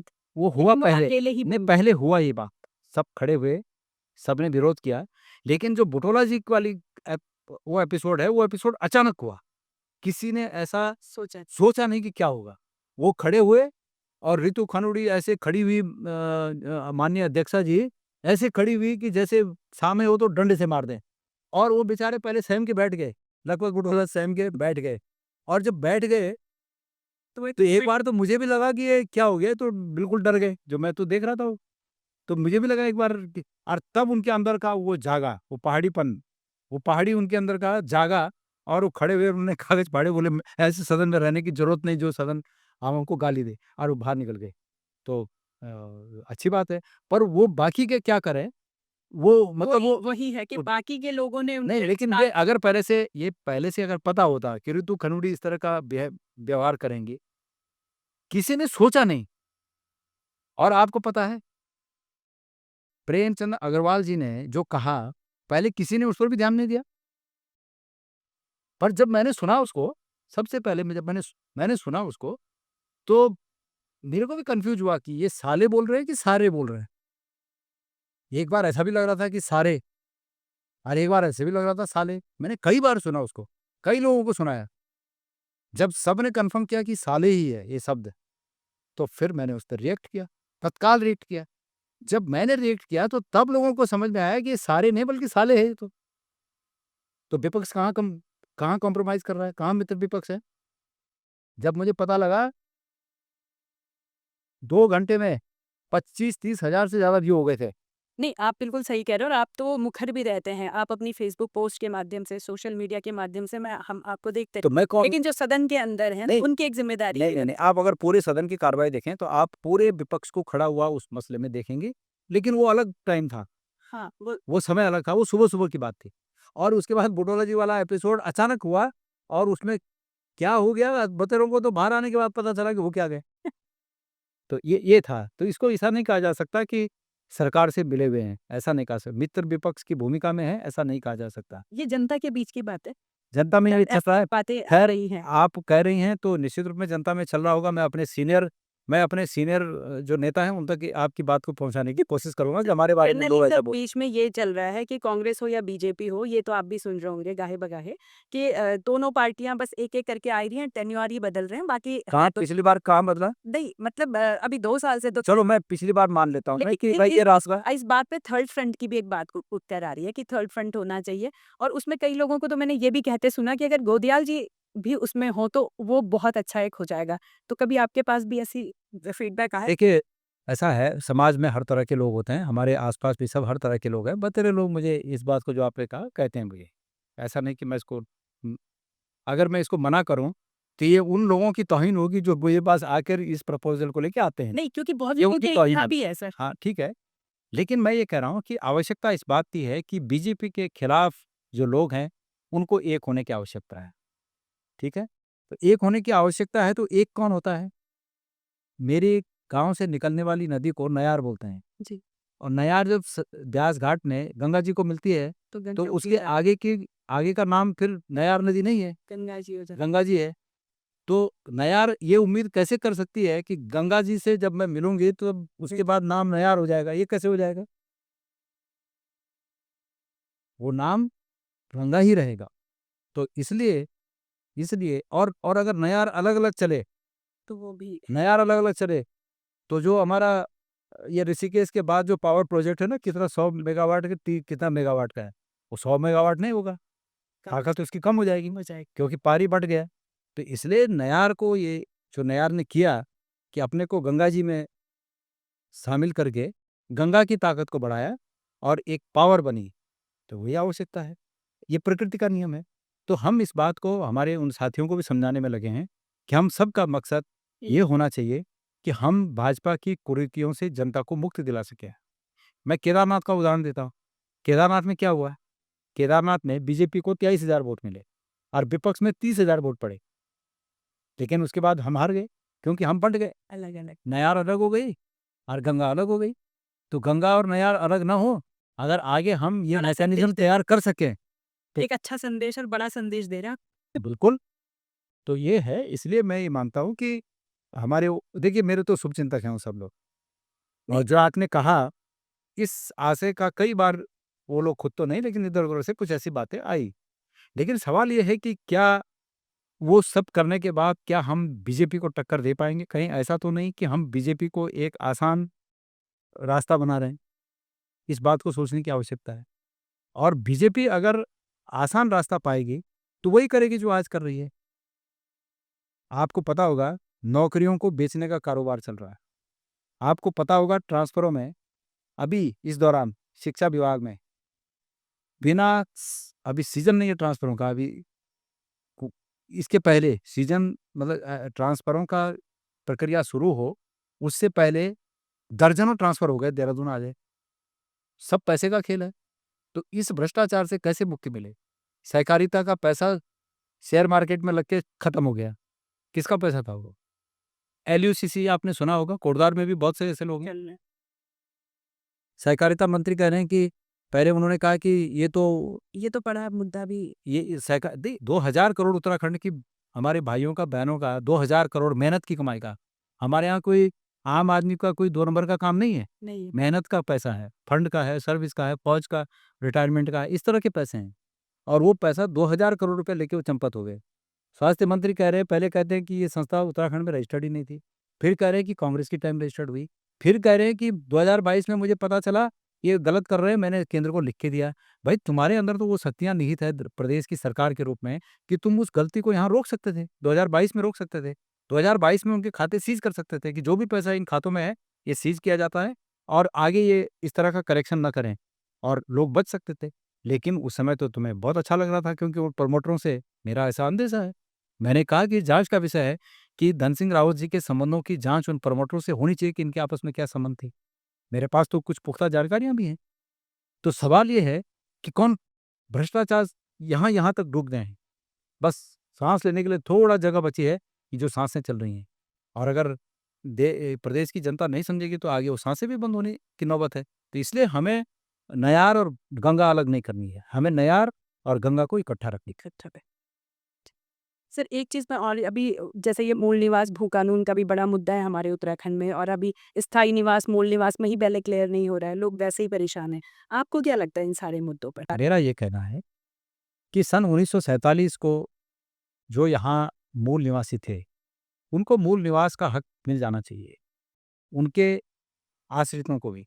मतलब जैसे मेरे दादा रहे होंगे उस समय, तो हम हो गए। हरिद्वार में रहने वाले व्यक्ति का पोता आज है, उसको हो गया। उधम सिंह इसी तरह उधम सिंह नगर है, इसी तरह उत्तरकाशी से लेके पिथौरागढ़ है। सबको 1947 मेरा ये अपना विचार है, ये लीगल तौर पे कितना वाजिब है इसको परखा जाना चाहिए। परखने की क्षमता परखने वालों में होती है। हमारा विचार है ये। जैसे आजकल ये बहस चल रही है ना कि केंद्र कानून बनाना लोकसभा का राज्य मतलब संसद का अधिकार है। लेकिन उस कानून की समीक्षा करना सुप्रीम कोर्ट का अधिकार। तो मेरा भी ये विचार है, इसकी समीक्षा की जा सकती है इस विचार की। और सेंट्रल का एक अम्ब्रेला लॉ है, वो है डोमिसाइल कि कोई व्यक्ति 20 साल का नियम था इसमें, अब कोई बदलाव हुआ होगा तो मैं नहीं जानता। मैंने सुना कि बीजेपी के कार्यकाल में इस प्रदेश में उस डोमिसाइल के नियम में भरपूर छेड़छाड़ हुई और अब तो 1 साल कर दिया यूसीसी ने उसको कि 1 साल भी जो होगा उसको भी स्थायी माना गया। बट उस पे मेरी बात उनका कहना है वो 1 साल यूसीसी के लिए लागू हुआ है जो ये वाला है जो। तो वो नागरिक बन गया ना फिर, वो नागरिक बन गया। माना नहीं है चलो वो दूसरे मतलब दूसरी चीज़ों में क कोई 2.5 साल 3 साल कर दिया इन्होंने कम करते-करते, पहले 20 साल था। तो ये गलत है। मैं अगर कहीं न कहीं यहाँ मैं अगर पहले महाराष्ट्र में रहा, तो मुझे डोमिसाइल अगर मिला तो इस आधार पर मिला कि मैं वहाँ 20 साल रहा कि नहीं रहा। अगर मैं नहीं रहा तो मुझे नहीं मिलता वहाँ। और उस 20 साल के रहने के प्रवास को प्रूफ करने के लिए कई ऑप्शन थे कि आपको उस एड्रेस पे चिट्ठी आई हो, आपका बिजली का बिल हो, आपके आपको कुछ ना कुछ प्रूफ हो, बैंक का अकाउंट हो, आपने वो अकाउंट हर 6 महीने, 4 महीने, 6 महीने में उसमें ऑपरेट किया हो, वेट हुआ ट्रांज़ैक्शंस। ट्रांज़ैक्शन हुए हों, तो वो प्रूफ माने जाते थे। उस समय पोस्ट से चिट्ठियाँ आती थी, सबसे बड़ा प्रूफ तो वो होता था कि पोस्ट से चिट्ठी आती थी। वो सबसे बड़ा प्रूफ माना जाता था।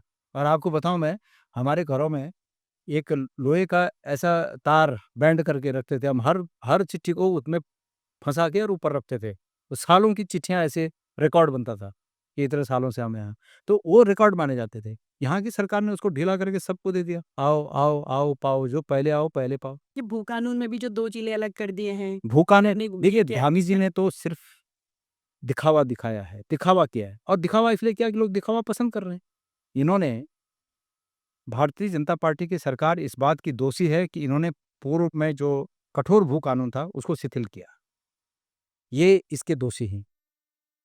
जब बीजेपी की सरकार थी, त्रिवेंद्र रावत जी मुख्यमंत्री थे, उस समय ऐसा कानून बना। मैं उसका भुक्तभोगी मैं भी हूँ।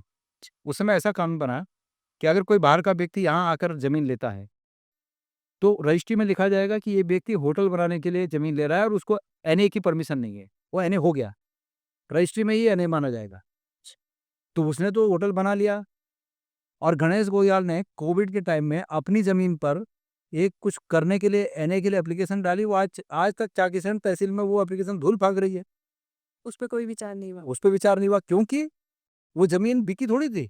मैं अपनी ज़मीन में काम करने की परमिशन माँग रहा था एनए कराने के लिए, तो मुझे नहीं मिली। पर दूसरा खरीद रहा है बाहर से, उसको मिल जाए। तो उसको उसी में रजिस्ट्री मिल जा रही उसी में मिल मिल जा रही है। तो आप ये बताइए भेदभाव नहीं था? और इस धामी सरकार ने मतलब बीजेपी की ये सरकार है। बीजेपी की इस धामी सरकार को पहले तो माफ़ी माँगनी चाहिए थी कि अगर इन्होंने ये आप ये कह रहे हैं कि हमने कठोर भू कानून बना दिया। कुछ नहीं भू कानून बनाया। जो अधिकार डीएम को था वो अब सीएम को हो गया। हाँ। अपने लिए खिड़कियाँ खोल दी और विंडो खोल दिए, लाओ भाई इधर से भी लाओ, इधर से भी लाओ, इधर से भी लाओ। पहले डीएम के माध्यम से जो काम होते थे अब वो सीएम के माध्यम से होंगे। और मुझे तो लगता है इस भू कानून से पलायन और बढ़ेगा। तो सवाल ये है, सरकार के पास सोच की कमी है। सरकार सिर्फ मैसेज देने की कोशिश कर रही है ताकि उनके वोटों पर कोई असर न पड़े, ये चीज़ है। तो यूसीसी क्या है यूसीसी? क्या यूसी मैं आपको ये न्यू फॉर्म आपसे पूछना चाहता हूँ कि क्या मतलब इस यूसीसी का? क्या इससे किसका फ़ायदा हुआ? उल्टा एक चीज़ और कर दी कि हमारे पहाड़ों में जिस बात को व्यभिचार की श्रेणी में माना जाता था, उसको इन्होंने कानूनी जमा पहना दिया। कान मैं अभी कुछ फेसबुक में और सोशल मीडिया पे देख रहा था मैं, लिव इन रिलेशनशिप। कितने लोगों ने लिव इन रिलेशनशिप के वो डाल दिए और बच्चे माँ-बाप से जिरह कर रहे हैं कि जब सरकार ने हमको परमिशन दे दी तो तुम कौन होते हो? एक तरफ तो वो कह रहे हैं कि हम देवभूमि के लोग हैं, हमारा विचार ही इतना महान, हमारी संस्कृति इतनी महान, हमारा हर चीज़ ये महान, और दूसरी तरफ तुम ऐसी परमिशनें दे रहे हो। 1 साल जो यहाँ उत्तराखंड में रहेगा, वो भी यूसीसी में जो है वो क्या लिव इन रिलेशनशिप में अपना रजिस्ट्रेशन करा सकता है। हाँ। तो सबके लिए निमंत्रण पत्र छाप रखा है दामी सरकार ने, आओ, आओ यहाँ। तो सर इसका विरोध भी तो होना चाहिए था एक विपक्ष की तरह पूरी तरीके विरोध है ना, तब भी विरोध हुआ, आज भी विरोध है। हम जन-जन तक इस बात को पहुँचा रहे हैं। आपको पहाड़ों की हकीकत से आप रूबरू हो ना हो, मैं आपके ये चैनल के माध्यम से हकीकत आपको रूबरू कराना चाहता हूँ। एक-एक गाँव में अगर वो 50, 60, 100 परिवारों का गाँव है तो 150-150 लड़के, 100 से ऊपर अभिवादन। 35 से 40 साल के बीच अविवाहित हैं, बिल्कुल। उम्र के। हाँ, ये हमारे पहाड़ों में बड़ी समस्या आ रही है। ये इस 5 साल 7 साल में ज़्यादा हुआ है, ठीक है? अब आप बताइए, मैंने एक किसी के पॉडकास्ट में कहा था और आपको भी कहना चाहता हूँ। एक बार एक वहाँ के चुनाव की बात है, बद्रीनाथ चुनाव की बात है। हाँ जी। नहीं, केदारनाथ चुनाव की बात है। गुप्तकाशी के बगल में वो गाँव है। तो हम जब वहाँ गए प्रचार में तो वहाँ लोगों ने यही बात की भाषण में। मैंने बताया आपको कि लोग कह रहे थे कि भाई 35-40 से ऊपर उम्र हो गई है, 100 ऐसे बच्चे हैं जिनकी शादियाँ नहीं हुई। तो मैंने अपने भाषण में एक नारा दिया कि अब की बारी कांग्रेस लाएगी बारी। उसका अर्थ ये है, कांग्रेस कैसे लाएगी बारी? हम बच्चों को रोज़गार की व्यवस्था करें। तो सर क्या प्लान है आपके पास? देखिए, आपके पास इतना टाइम नहीं होगा। रोज़गार के लिए प्राथमिक तौर पर उत्पादकता की आवश्यकता है। जब किसी प्रदेश में उत्पादकता बढ़ेगी, तब वहाँ रोज़गार पैदा होगा। हमें विभिन्न क्षेत्रों में आज आप कोटद्वार के सिद्धबली के सामने अगर किसी दिन बैठ जाएँ और वहाँ पर नोट करना सुबह से शाम तक आप कितने ट्रक किस चीज़ के पहाड़ में गए। क्या वो वहाँ नहीं हो सकता? बिल्कुल। हर चीज़ नीचे से जा रही है। हाँ। हर चीज़ नीचे से जा रही है। इवन यहाँ तक कि कंस्ट्रक्शन मटेरियल भी नीचे से जा रहा है। भाई हमारे पास लोहा नहीं है, सीमेंट नहीं है, वो तो जाना ही है। लेकिन गिट्टी-पत्थर भी नीचे से जा रहा है, ईंट भी नीचे से जा रही हैं। हाँ। सब क्यों? कुछ आ रहा है। क्यों हमने उन चीज़ों पर ध्यान नहीं दिया? दूध, दही, पनीर ये सब कुछ खाने की तमाम चीज़ें सब नीचे कुछ। से जा रही हैं सब्जियाँ भी नीचे से जा रही और हैं। आधे से ज़्यादा नकली जा रहा है, और नज़ियाबाद से सब्जियों के ट्रक जा रहे हैं। ठीक है? हाँ। तो इतना बड़ा हमारे इसका अर्थ ये है कि हमारे पास मार्केट है। आज दुनिया मार्केट के पीछे घूम रही है। मार्केट सबसे बड़ी अपॉर्च्युनिटी है, वो हमारे पास है और उस अपॉर्च्युनिटी के आधार पर हमें उत्पादकता को लोकल स्तर पर बढ़ावा देके उसकी पूर्ति अगर हम कर सकें तो रोज़गार अपने आप पैदा होगा। लेकिन हमारे पास टाटा बिरला नहीं है। वो टाटा बिरला का काम सरकार को करना है। कैपिटल इन्वेस्टमेंट सरकार को करना चाहिए। इसलिए अगर हमारी सरकार आई, तो मेरा इस पर फ़ोकस होगा कि हम बजट का एक निश्चित भाग रोज़गार के सृजन में लगाएँ और इस प्रदेश को ब्लॉक वाइज़ हम रोज़गार की तरफ ब्लॉक को आधार बनाकर, इवन ब्लॉक से भी छोटी इकाई को आधार बनाकर हम रोज़गार की तरफ सोचें। जिस दिन हम रोज़गार की तरफ सोचेंगे, उस दिन अपने आप बुआरी मिलेंगी। कई लड़कियाँ बोलेंगी, देखिए पहले का ज़माना ऐसा था ना कि बाप जहाँ दे दिया, दे दिया। हो गया। लड़कियों के पास ऑप्शन नहीं था। अब तो लड़कियों पढ़ा-लिखा ज़माना है, एम्बिशियस भी एमबीसीएस हैं, सोशल मीडिया हाथ में है, सब कुछ। तो उनके भी सपने हैं। उसको बुरा नहीं ठहराया जा सकता कि वो गलत सोच रही हैं। वो भी अच्छे जीवन का वही हकदार जैसा हैं। आपने कहा कि बेहतरी के लिए है। बेहतरी के हकदार वो भी हैं। वो हमारी बेटियाँ भी बेहतरी के हकदार हैं और उनको बेहतर जीवन मिलना चाहिए। उनको नज़दीक में बेहतर जीवन मिलेगा, तो वो दूर का बेहतर जीवन क्यों सोचेंगी? ये बात है। इसलिए सरकार को जो है इन चीज़ों पर ध्यान देने की आवश्यकता है और मुझे नहीं लगता है, देखिए इस सरकार की गलती नहीं है। ये सरकार मोदी जी के नाम से चुनाव जीते हुए लोग हैं। ये मोदी जी, मोदी जी, मोदी जी, मोदी जी, जगह-जगह मोदी जी की माला उसमें जप रहे हैं, मोदी जी की माला जपने में लगे हैं। इनको ये मालूम है कि पहले भी हम इस माला को जपने से जीते, आगे भी हम हो सकता है इसी माला को जपने से जीते। इनके पास कोई विजन नहीं है। धामी जी ने जिस दिन वो मुख्यमंत्री बने उसके 24 घंटे पहले सोचा होगा कि वो मुख्यमंत्री बनेगी? तीरथ सिंह जी ने कभी सोचा कि वो मुख्यमंत्री बनेगी? बन गए। अब बन गए तो क्योंकि प्लान नहीं था पहले से, इसलिए करें क्या? पहले से खनन की फाइलें लेके निकलते थे, आज भी खनन में लगे हुए हैं। वो क्योंकि जो सोच होगी वही तो करेगा आदमी। बिल्कुल। जो जो आदमी की पहले से सोच रही, वही सोच तो पूरा करेगा सर, आदमी। इस पे मैं एक चीज़ आपसे कहना चाहूँगी कि आपके पास विज़न भी है, आप एक साफ-सुथरी छवि के नेता भी हैं और मेरा जितने लोगों से इंटरेक्शन होता है, उनका ये कहना भी है। वो मानते हैं कि कांग्रेस में अगर कोई साफ-सुथरा नेता है अभी तक, तो आपका सबसे ऊपर नाम है लिस्ट पे। फिर भी सर आप अपने विधानसभा क्षेत्र में नहीं जीत पा रहे हैं। इसके कारण को ढूँढने के लिए आपको रजनीश को पढ़ना पड़ेगा। अच्छा। ऐसा क्या रज कारण है? क्यों इसके ऐसा इसके कारण को ढूँढने के लिए रजनीश का मैंने ये कहा, जातिगत रजनी समीकरण भी नहीं, कुछ इसमें है? रजनीश ने ये कहा, मतलब ओशो जिनको कहते हैं, हाँ उन्होंने जी। ये कहा कि हमारा समाज दकियानूसी बातों से जकड़ा हुआ है, ठीक है? और जब दकियानूसी बातों से जकड़ा हुआ है, तो उसमें अच्छाइयाँ दब जाती हैं और दकियानूसी उत्पादक उसका उत्पादन, दकियानूसी बातों का उत्पादन सामने आ जाता है।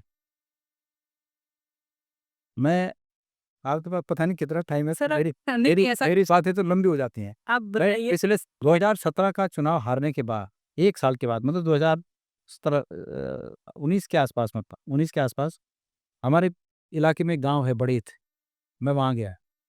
मैं गया तो किसी के मृत्यु पर शोक व्यक्त करने गया था, लेकिन वहाँ जाने के बाद मुझे पता चला कि एक हमारे बहुत ख़ास आदमी थे मेरे, उन्होंने उनके घर में शादी है बेटे की। मुझे अफ़सोस हुआ कि उन्होंने मुझे कार्ड क्यों नहीं किया? वो हर शादी में कार्ड देते थे, इस बार क्यों नहीं दिया? फिर भी मैंने सोचा जब मैं यहाँ आया ही हूँ, तो वहाँ भी चला जाता मैं। तो जब मैं वहाँ गया उनके चौक में, तो उस दिन द्वार-बाट था, अच्छा, तो वो थोड़ा सकपका गए। कि बुलाया नहीं था और आप पहुँच हाँ, मैं पहुँच गया। पर ख मुझे तो कोई ये नहीं था, मैं तो उनको बहुत अपना ख़ास समझता था। तो मैंने जो है, मैं उन्होंने कुर्सी-वुर्सी लगाई चौके में, हम बैठे, तो उन्होंने बात निकाली कि एक बात बताओ, आपने ये मुस्लिम यूनिवर्सिटी बनाने की बात क्यों कही? आपने। हाँ, उन्होंने मुझे प्रश्न किया। मैंने कहा, कहाँ मैंने ये बात कही? बोले, कैसी बात कर रहे हो? आपका पत्र एक वायरल हुआ है, जिसमें आप जो है हरीश रावत जी को लिख रहे हो कि ये बहुत अच्छी योजना है।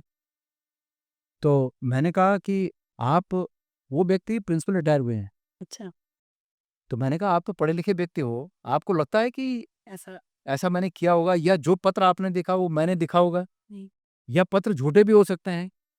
हाँ, कुछ भी हो सकता। बोला, और मैंने कहा, किसी को बोलते हुए सुना आपने? आजकल तो मैंने सुना कि एआई के माध्यम से वो भी संभव है, पर उस समय नहीं था ये। उस ये 16-17 में ये सब नहीं था। अब वो भी संभव। अब ये भी संभव हो गया, मैंने सुना। तो बोला, नहीं, बोलते हुए नहीं सुना हमने, लेकिन ये फ़ोन में आया है कि आप लोगों ने, कांग्रेस ने ये बोला। मैंने कहा, ये सब झूठ है। तो उन्होंने कहा कि बड़े अफ़सोस की बात है, हमारे घर के वोट आधा-आधा हो गए इस बात पे, अच्छा, ठीक है? मैं बहुत कम वोटों से चुनाव हार गया। तो ऐसे एक व्यक्ति ने मुझे ऐसा कहा, और ऐसे कई लोगों ने, मतलब उस दिन एक व्यक्ति ने मुझे कहा कि हमारे घर के वोट आधा-आधा हो गए।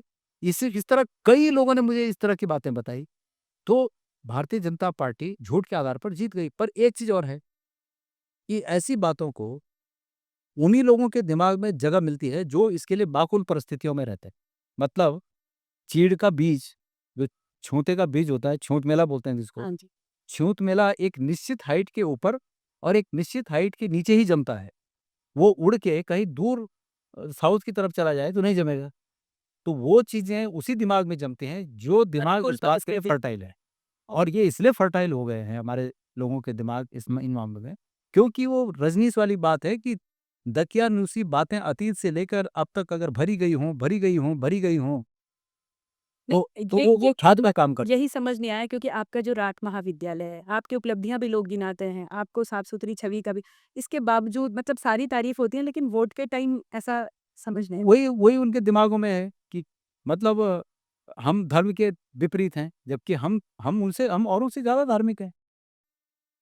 मैं तो देखिए, फिर वो जो आप शुरू में एक बात कही थी आपने कि बीजेपी ने कांग्रेस को ऐसा शायद उसी का चिपका दिया, बस वो नुकसान खामियाजा हुआ, उसी का खामियाजा का है। नुकसान है। और अभी तक संघर्ष उसी लिए कर रहे हैं, उसी में संघर्ष कर रहे हैं।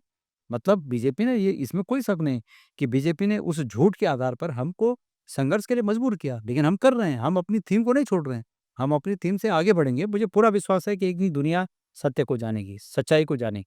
27 में कहाँ देख रहे हैं सर आप? हम यहाँ सरकार बनाएंगे, निश्चित रूप में सरकार बनाएंगे। आपकी क्या भूमिका होने वाली है? मेरी भूमिका देखिए, पार्टी मुझे जो भूमिका देगी वो करेंगे, जनता मुझे क्या भूमिका देती है ये ज्यादा महत्वपूर्ण है। बिल्कुल, और पार्टी से ज्यादा और दूसरा, मुझे भी एहसास होना चाहिए कि मैं किस भूमिका में फिट बैठता हूँ।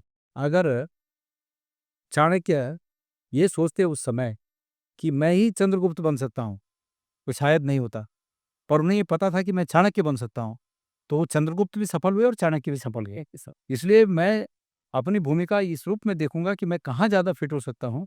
और मेरा मकसद तमाम नयार, पूर्वी नयार, पश्चिमी नयार और पिंडर नदी, आटा आटा घाट, बल्कि मेरा बस चले तो बीनू नदी को भी गंगा जी में मिला के गंगा को मजबूत करें, ऐसा मेरा मानना है। और गंगा अगर मजबूत होगी तो पावर बढ़ेगी और हम 2027 में निश्चित रूप में भाजपा के खिलाफ विजय हासिल कर। सर जाते-जाते बहुत समय मैंने आपका ले लिया है और बड़ा इंटरेस्टिंग भी ये चल रहा है, इसलिए एक अच्छा भी लग रहा है आपसे बातें करते हुए और लग भी रहा है कि आप जनता के नेता हैं, जनता के बीच क्योंकि आप काम कर रहे हैं, तो आपके पास हर मुद्दे का बड़ा सटीक जवाब भी है, तो इसलिए मज़ा भी आ रहा है इस वार्ता में। एक चीज़ जाते-जाते कल आपने सुना होगा, पहलगाम में एक आतंकी अटैक हुआ है और उसमें धर्म को पूछ-पूछ कर जो है कि आतंकियों ने गोली है। जबकि आप देखेंगे कि जनरली कांग्रेस, इसलिए कह रही हूँ क्योंकि आप कांग्रेस से और अन्य विपक्षी, उनका कहना होता है कि आतंक का कोई धर्म नहीं होता। फिर इस तरह की घटनाएँ देखिए, दुर्भाग्यपूर्ण है, वाकई आतंक का कोई धर्म नहीं होता। उसमें एक मुस्लिम भी मरा, मैंने सुना, एक मुस्लिम भी मरा है। पर सवाल ये है कि कौन जात का मरा, कौन क्या मरा, लेकिन पूछकर मारा गया है, ये महत्वपूर्ण ये है कि लोगों को मारा गया, बिल्कुल। ये बिल्कुल स्वीकार्य नहीं है। और अफ़सोस की बात ये है कि जैसे बंगाल में इतने इंतज़ामात हुए, ये कहा गया कि हमने आतंकवाद को ख़त्म कर दिया, घुटने के बल बिठा दिया, ये कर दिया, सो कर दिया, और उसके बाद अगर ऐसी घटना हो बड़ी दुखद तो घटना हुई। बड़ी दुखद है। इससे पहले उससे भी बड़ी दुखद ये है कि जो पुलवामा में हुआ था, पुलवामा वो कहाँ से आरडीएक्स आया, कैसे आया, वो आज तक पता नहीं चला। उससे बड़ी बात ये है कि जनरल बिपिन रावत का इतना बड़ा तामझाम वाला हेलीकॉप्टर जो कि अवैध था, वो दुर्घटनाग्रस्त हुआ, वो कैसे हुआ उसकी रिपोर्ट अभी सार्वजनिक नहीं हुई। तो ये सब चीज़ें हैं और कल की घटना भी बहुत ही दुर्भाग्यपूर्ण है। वो एक तस्वीर बहुत वायरल हुई है, हाँ, जिसमें एक महिला अपने साथी के लिए विलाप कर रही है। बिल्कुल। मैं समझता हूँ कि इस प्रकार की घटनाएँ मानवता पर कलंक हैं और ये नहीं होना चाहिए। ये गाना एक गाना था कि ऐ मेरे वतन के लोगों, जरा आंख में भर लो पानी, जो जो शहीद हुए हैं उनकी याद करो कुर्बानी। इस पर जवाहरलाल नेहरू रो दिए थे।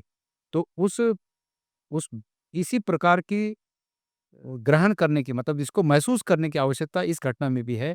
जो महिला विलाप कर रही है वो भी इस भारत की बेटी है, जो मरा वो भी इस भारत का बेटा है, और जो मारने वाले हैं वो भी इसी देश के होंगे, जहाँ तक मुझे लगता है यहीं के होंगे वो भी। तो ये क्यों हो रहा है, इस पर हम सबको विचार करने की आवश्यकता है। देखिए, वैमनस्य और किसी से नफ़रत, ये किसी मसले का हल नहीं हो सकता है। बिल्कुल। लोग पाकि आपके पास समय है? हाँ, हाँ, बताइए। आज लोग पाकिस्तान की बात करते हैं।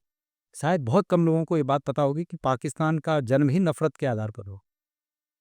और वो नफ़रत क्या थी? गुजरात के एक व्यवसायी कराची चले गए। कराची जाने के बाद उन्होंने व्यवसाय कुछ किया, लेकिन उनको वो शाकाहारी समाज से थे। उस समय अलग-अलग नहीं हुआ था भारत पाकिस्तान, पहले की बात है ये। तो वो कराची चले गए, उन्होंने मछली का कारोबार मिला उनको, उन्होंने मछली का कारोबार कर लिया। व्यापार के लालच में उन्होंने मछली का भी कारोबार स्वीकार कर लिया। अब मछली का कारोबार स्वीकार कर लिया तो बहुत दिन तक वो वहीं रह गए। मछली का कारोबार, अच्छे पैसे कमा दिए। तो उनका नाम था जेना भाई ठक्कर, या उनके पिता, ये नाम था उनका, जेना भाई जेना भाई ठक्कर। अब जब वापस आए तो उनके गांव की बिरादरी ने बोला कि भाई तूने तो मछली का कारोबार कर दिया, तू तो हमारे समाज से आउट है। और उससे सब पूरा समाज उसका बहिष्कार कर दिया, उससे नफरत करने लगा।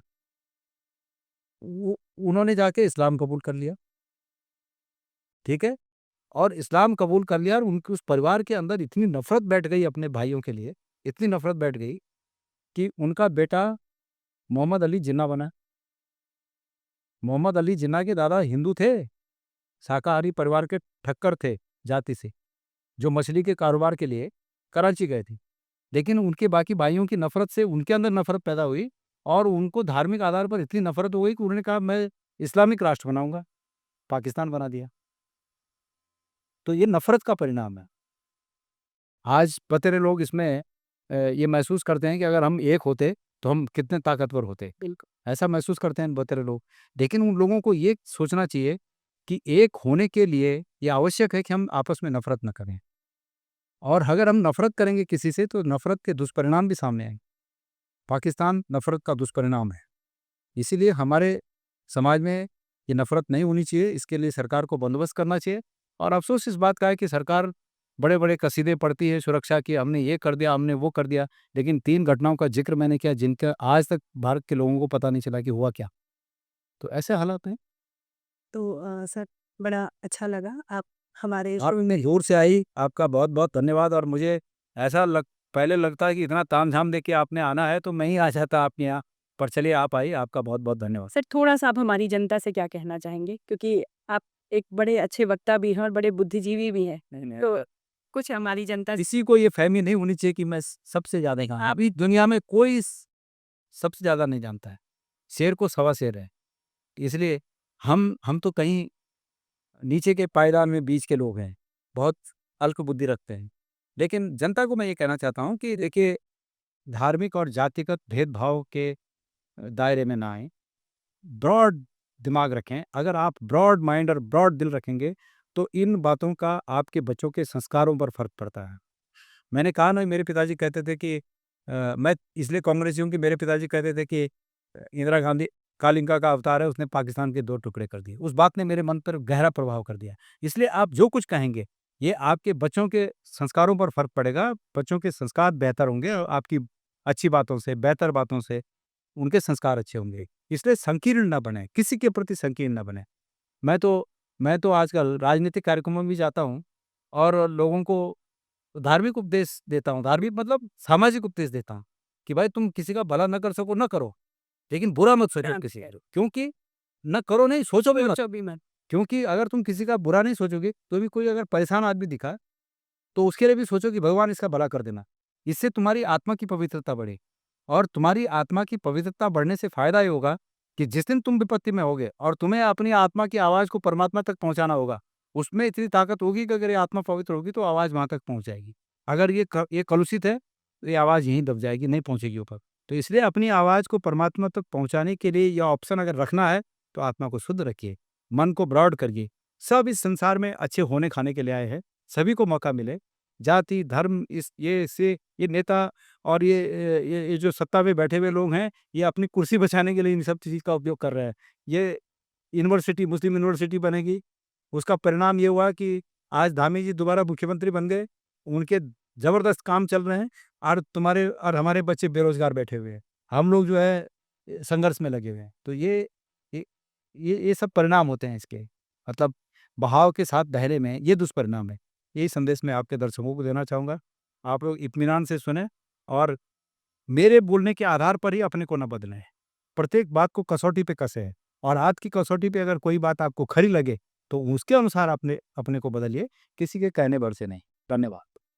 तो सर बहुत धन्यवाद। आप हमसे जुड़े और जैसा आपके बारे में सुना था वैसा ही पाया है, तो ये बड़ा अच्छा लगा। तो और बड़ा अच्छा लगा आपके साथ इस वार्ता में, बड़ा मज़ा आया और बहुत कुछ जानने सीखने को मिला।